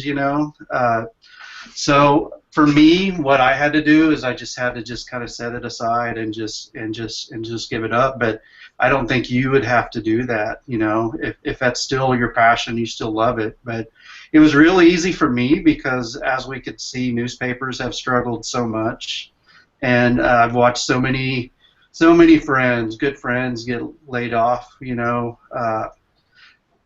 From that industry. My local newpaper that I was the chief photographer, and we had 2 other photographers, and now they have 0. They have no photographers at all, and it kills me. So for me, it was kind of it just happened all at once. As I started kind of doing more of the art side and more of my own personal work, I watched this industry just kind of, not that photojournalism is dead, but locally, at least, I've watched commercial photographers have to close their studios. I've watched all these things happen, and then it's frustrating. And for me, teaching and trying to motivate students to build a good portfolio and to do internships, it's not to be a negative Nancy, but it was kind of it was easy for me to do that just because I didn't have that connection anymore with doing the work I love, which was photojournalism. So I don't know if that helps. Hey, Mark, let me interject because I know both you and Dale, and I'll play the liaison here for a second. Talk about a little bit about and Dale, correct me if I'm wrong, but I think this is where you were going. Talk a little bit about that transition. Dale is an incredibly talented photographer. I mean, he's got eons of experience. He can run circles around most photographers technically. Check is in the mail, Quinn. Yeah, right. But and correct me if I'm wrong, Dale, because I don't want to step on any toes here, but I'll throw it out there. Like he just said, he's making this transition, so to speak. Yeah. And can you talk a little bit, Mark, about how weird that? Because I remember having conversations with you years ago about this very topic, about making this transition from this world. I come from the same world. I'm a photojournalist, documentary photographer. Right. I come from the same cut of cloth, and I had to make that transition as well too. But talk a little bit about the struggles and how kind of strange and weird, and what is all you want me to put, how that feeling of like, what are you talking about here? What do you mean how this works? Can you talk a little bit? And I think that'll help Dale understand a little more about what he's asking about, I think. Yeah. It was difficult, and I mentioned this earlier, is walking in being a very process aesthetic person, and doing work for other people and working with editors, things like that. I approach collodion the same way. I mean, to be honest with you, it was a process. I loved it. And it wasn't too far from what I was doing with the newspaper, making these aesthetically pleasing, images. And I would be emailing Quinn after a critique. I'm like, God, they told me that, I need to give up this, this perfect image. And I'm like, I can't do that because I love this process. I love the aesthetic. And, the nerve of a professor telling me that, he doesn't care if I use an iPhone, I'm like, and I'm sitting there thinking, going, I questioned myself so much during that transition of trying to give up on that, I guess that commercial world, and I don't know if I'm going in the right direction, but Quinn luckily would email me back. I mean, he was one of my, I guess you would say, unofficial advisors, telling me, you're going to have to give up that. What they want you to do is really is talk about the work and think about concepts, and what did it for me is, I looked at photographers, I looked at artists, and I had conversations, whether it was at the bar or whatever, with people constantly, like what we're doing now is what has helped me so much to set aside, my I guess professional work and that experience that I was so locked into, but the conversations over beer or Google Hangouts is what saved me from dropping out and just saying screw it, I'm just going to go back to what I was doing. So well said. Well said. I mean, and that's my story too. And I think I keep ranting about this, and it's not because I make a post about coming into these places. Anybody can do this, but these are really important for us, and that's why I encourage and I try to. I want people to come in and share if they're in that. You have to be at the right place at the right time in your mind and your heart to come into a place like this and to have conversations like these. These aren't conversations just anyone is going to have. You're going to have to be in the right frame of mind. You're going to have to be in the right place in your life. And even if there's a little chink, a little opening, a little break in the armor that's surrounding you, that you can't get your head around these ideas of what these people are doing, that's enough. If that curiosity, if you hang out in these, or if you hang out at your local coffee shop or pub or whatever it is and have these conversations, the same thing will happen. Over time, these dots will start connecting in your head, and what you once valued, you thought that was the world, is now an ancillary kind of thing, and something else has taken its place that's much bigger and much more important. And it doesn't have to even be about photography. It certainly doesn't have to be about wet collodion. This is just a process that a lot of us have found answers the question, or answers why do we make art? We're dealing with problems, and I know problems is a strong word, but we're dealing with aesthetic problems, conceptual problems, and wet collodion is just one process that a group of us have chosen, certain individuals have chosen to work in, because it answers some portion or informs some portion of these problems or questions we have about working. So if you come into these groups and just hang out, even if you don't get everything or understand everything, or that's really bizarre, what are they talking about? Hang around, because people like myself, people like Mark, people like Dale, everyone, Nicholas, everyone evolves together. We need each other to evolve. We need these conversations and this discourse to evolve. Everyone does. No one has self-actualized, contrary to popular belief on Facebook and elsewhere. No one has self-actualized in this process, meaning that there's still a lot left to be said and done, and these groups are really important. So, hey, Dale. Sorry, I think you're right on, Quinn, that and you've heard me say this before, we've talked about this, but just to bring Mark into the conversation of the past was and Mark, my background is very similar to yours. I started the newspaper, so I'm a hyper watcher from way back. So, and really, it's not that different. In I think in North America, we can say that commercial editorial or photography, generally where we earned a living, has pretty much collapsed as we once knew it. I think that's across the board. But notwithstanding that, Quinn hit it right on the head. What collodion has done or is doing for me, hasn't done it yet. I suspect it never will, or I hope it doesn't. But what it is doing is putting me back in a dark room where I get to enjoy a sanctuary. That's where I'm on my own and on my terms, and if I want to turn off the red light, I can turn it off, and no one tells me when or how. So it's my sanctuary. But the concern I have, and I don't know if this is the right place to discuss it because it's public and somebody will read this or see it, for eternity, I suspect. But I'll ask, and if you're not comfortable answering it, I understand. Was there a fear when you started creating and showing art that you may be exposing too much of yourself as a person, as opposed to a commercial photographer where you're just going through the process? So by that I mean the camera looks two ways. Was there a fear you were starting to expose yourself and your innermost feelings? Is that for Mark? Yeah, that's for Mark. Yeah, sorry. Let me unmute him here. Oh, sorry, Mark. Sorry, let me unmute you. Or you guys can unmute. Sorry. Yeah, I'll mute myself here. Sorry.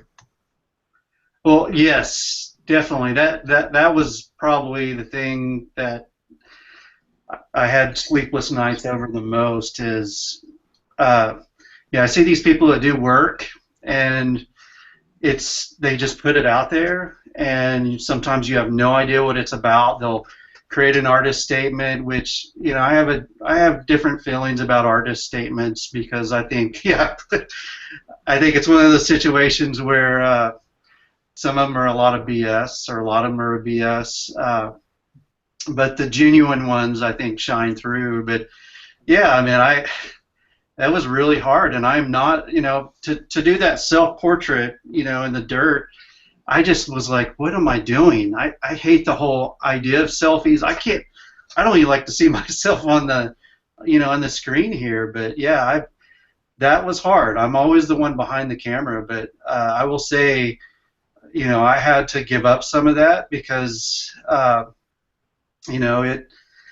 wanted to really kind of get to the meat of really what was important to me. So, but yeah, that fear was always there. It's still there, and it probably has stalled me from doing any more work, because I'm like, I can do this work, I can put it out there. Is it going to be as good as last? And I'm always questioning myself, my own worst critic. But I definitely think that is always a fear, and that'll never go away. And I wish I had an answer that would say, this will work for you, but I think you'll find that, and I think, I'd love to have conversations about, what you're doing, and, kind of your process. I was going to mention, and this may be completely off topic, but I would say maybe find also a group of people that's not doing photography around locally. And I would say what helped me is, as I hung around printmakers, who, they do screen printing, they do lithographs, they do wood blocks. They've got this process, this archaic process, especially people who carve wood, that it's a lot like collodion, and they love sharing that. It's a community, but then they share their own concepts, they share their own conversations.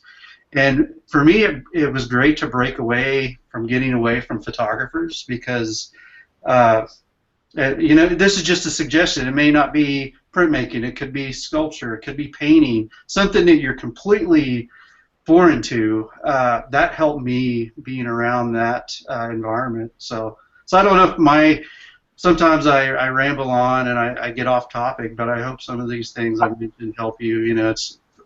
It's personal for everyone. Yeah, no, I think you've answered the question marvelously, Mark, and it's if your work that I just watched is any indication of what those fears you experienced could be parallel to what I'm going through now, then I've got something to look forward to, because your work was it's quite moving. I'd love to see it hang. I really would. Screen doesn't do it any justice, I can tell just by looking at it. So, well, thank you very much. You've been most helpful. Thanks, Quinn. You bet. Eric? I was just going to ask Mark if he could just briefly say how being around the other craftsmen helped him. In what ways did that benefit you? Well, for me, again, kind of the gearhead. I mean, you could see behind me how much gear I have, old, new.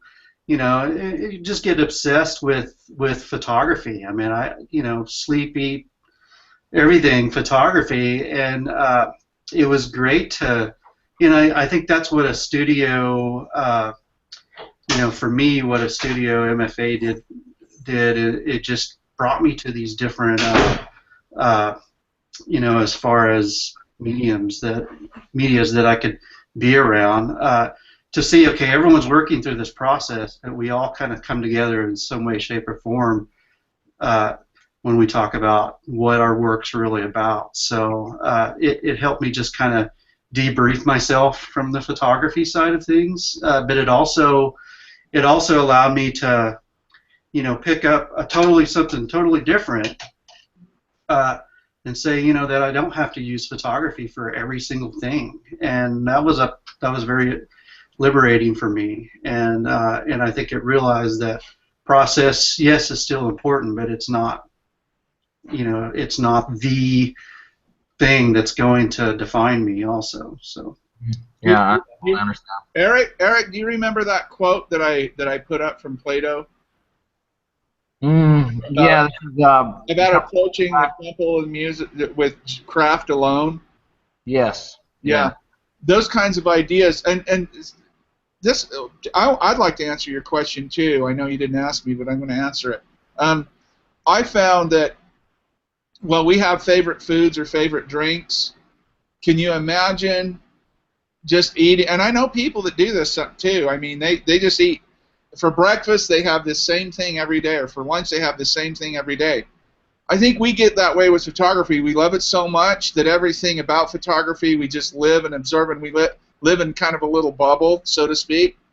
And to get outside of that bubble and go see, you know, painters and printmakers and sculptors and filmmakers and, you know, all kinds of different craftsmen working in what they love and understanding their concepts and the materials they're working with, I think what it does is opens up possibilities for you to incorporate not only concepts, but incorporate certain materials or incorporate certain even processes into your ideas and work, and allows you not to be so fearful of it. Having said that, I am deathly afraid most of the time of whenever I do something experimental and I feel like I'm transcending photography, there's both a rush of joy and a huge fear.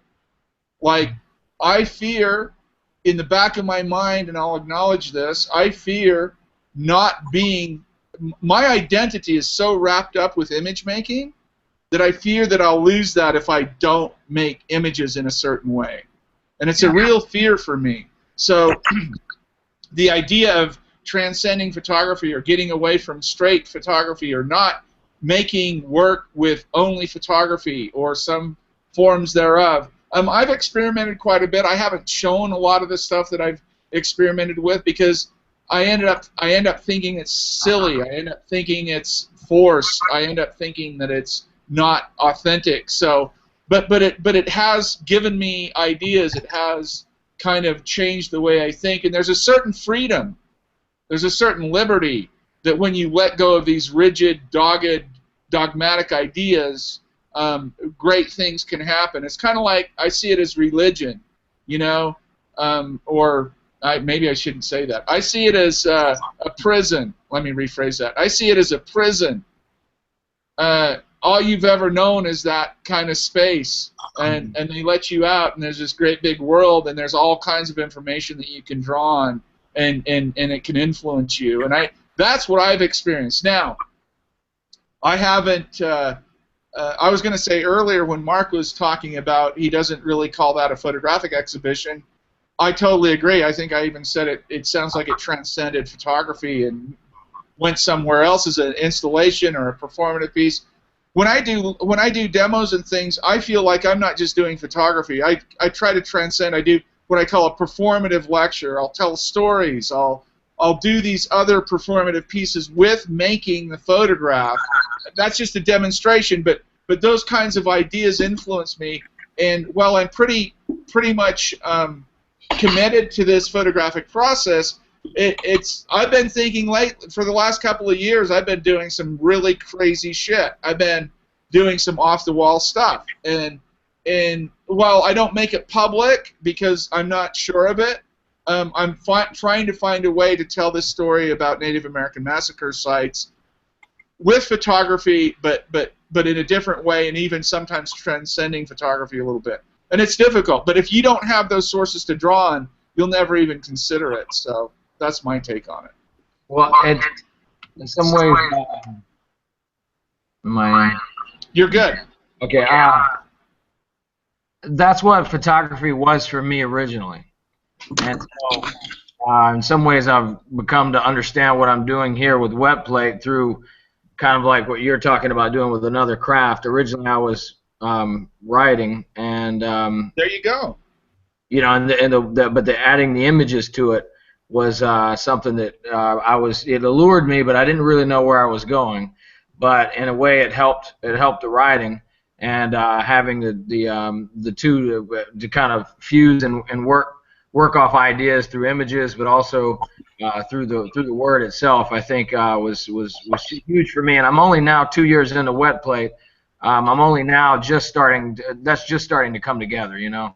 That's awesome, though. I don't think we should limit ourselves. I don't think there should be any. Well, this is generally a forum for photography and wet collodion specifically.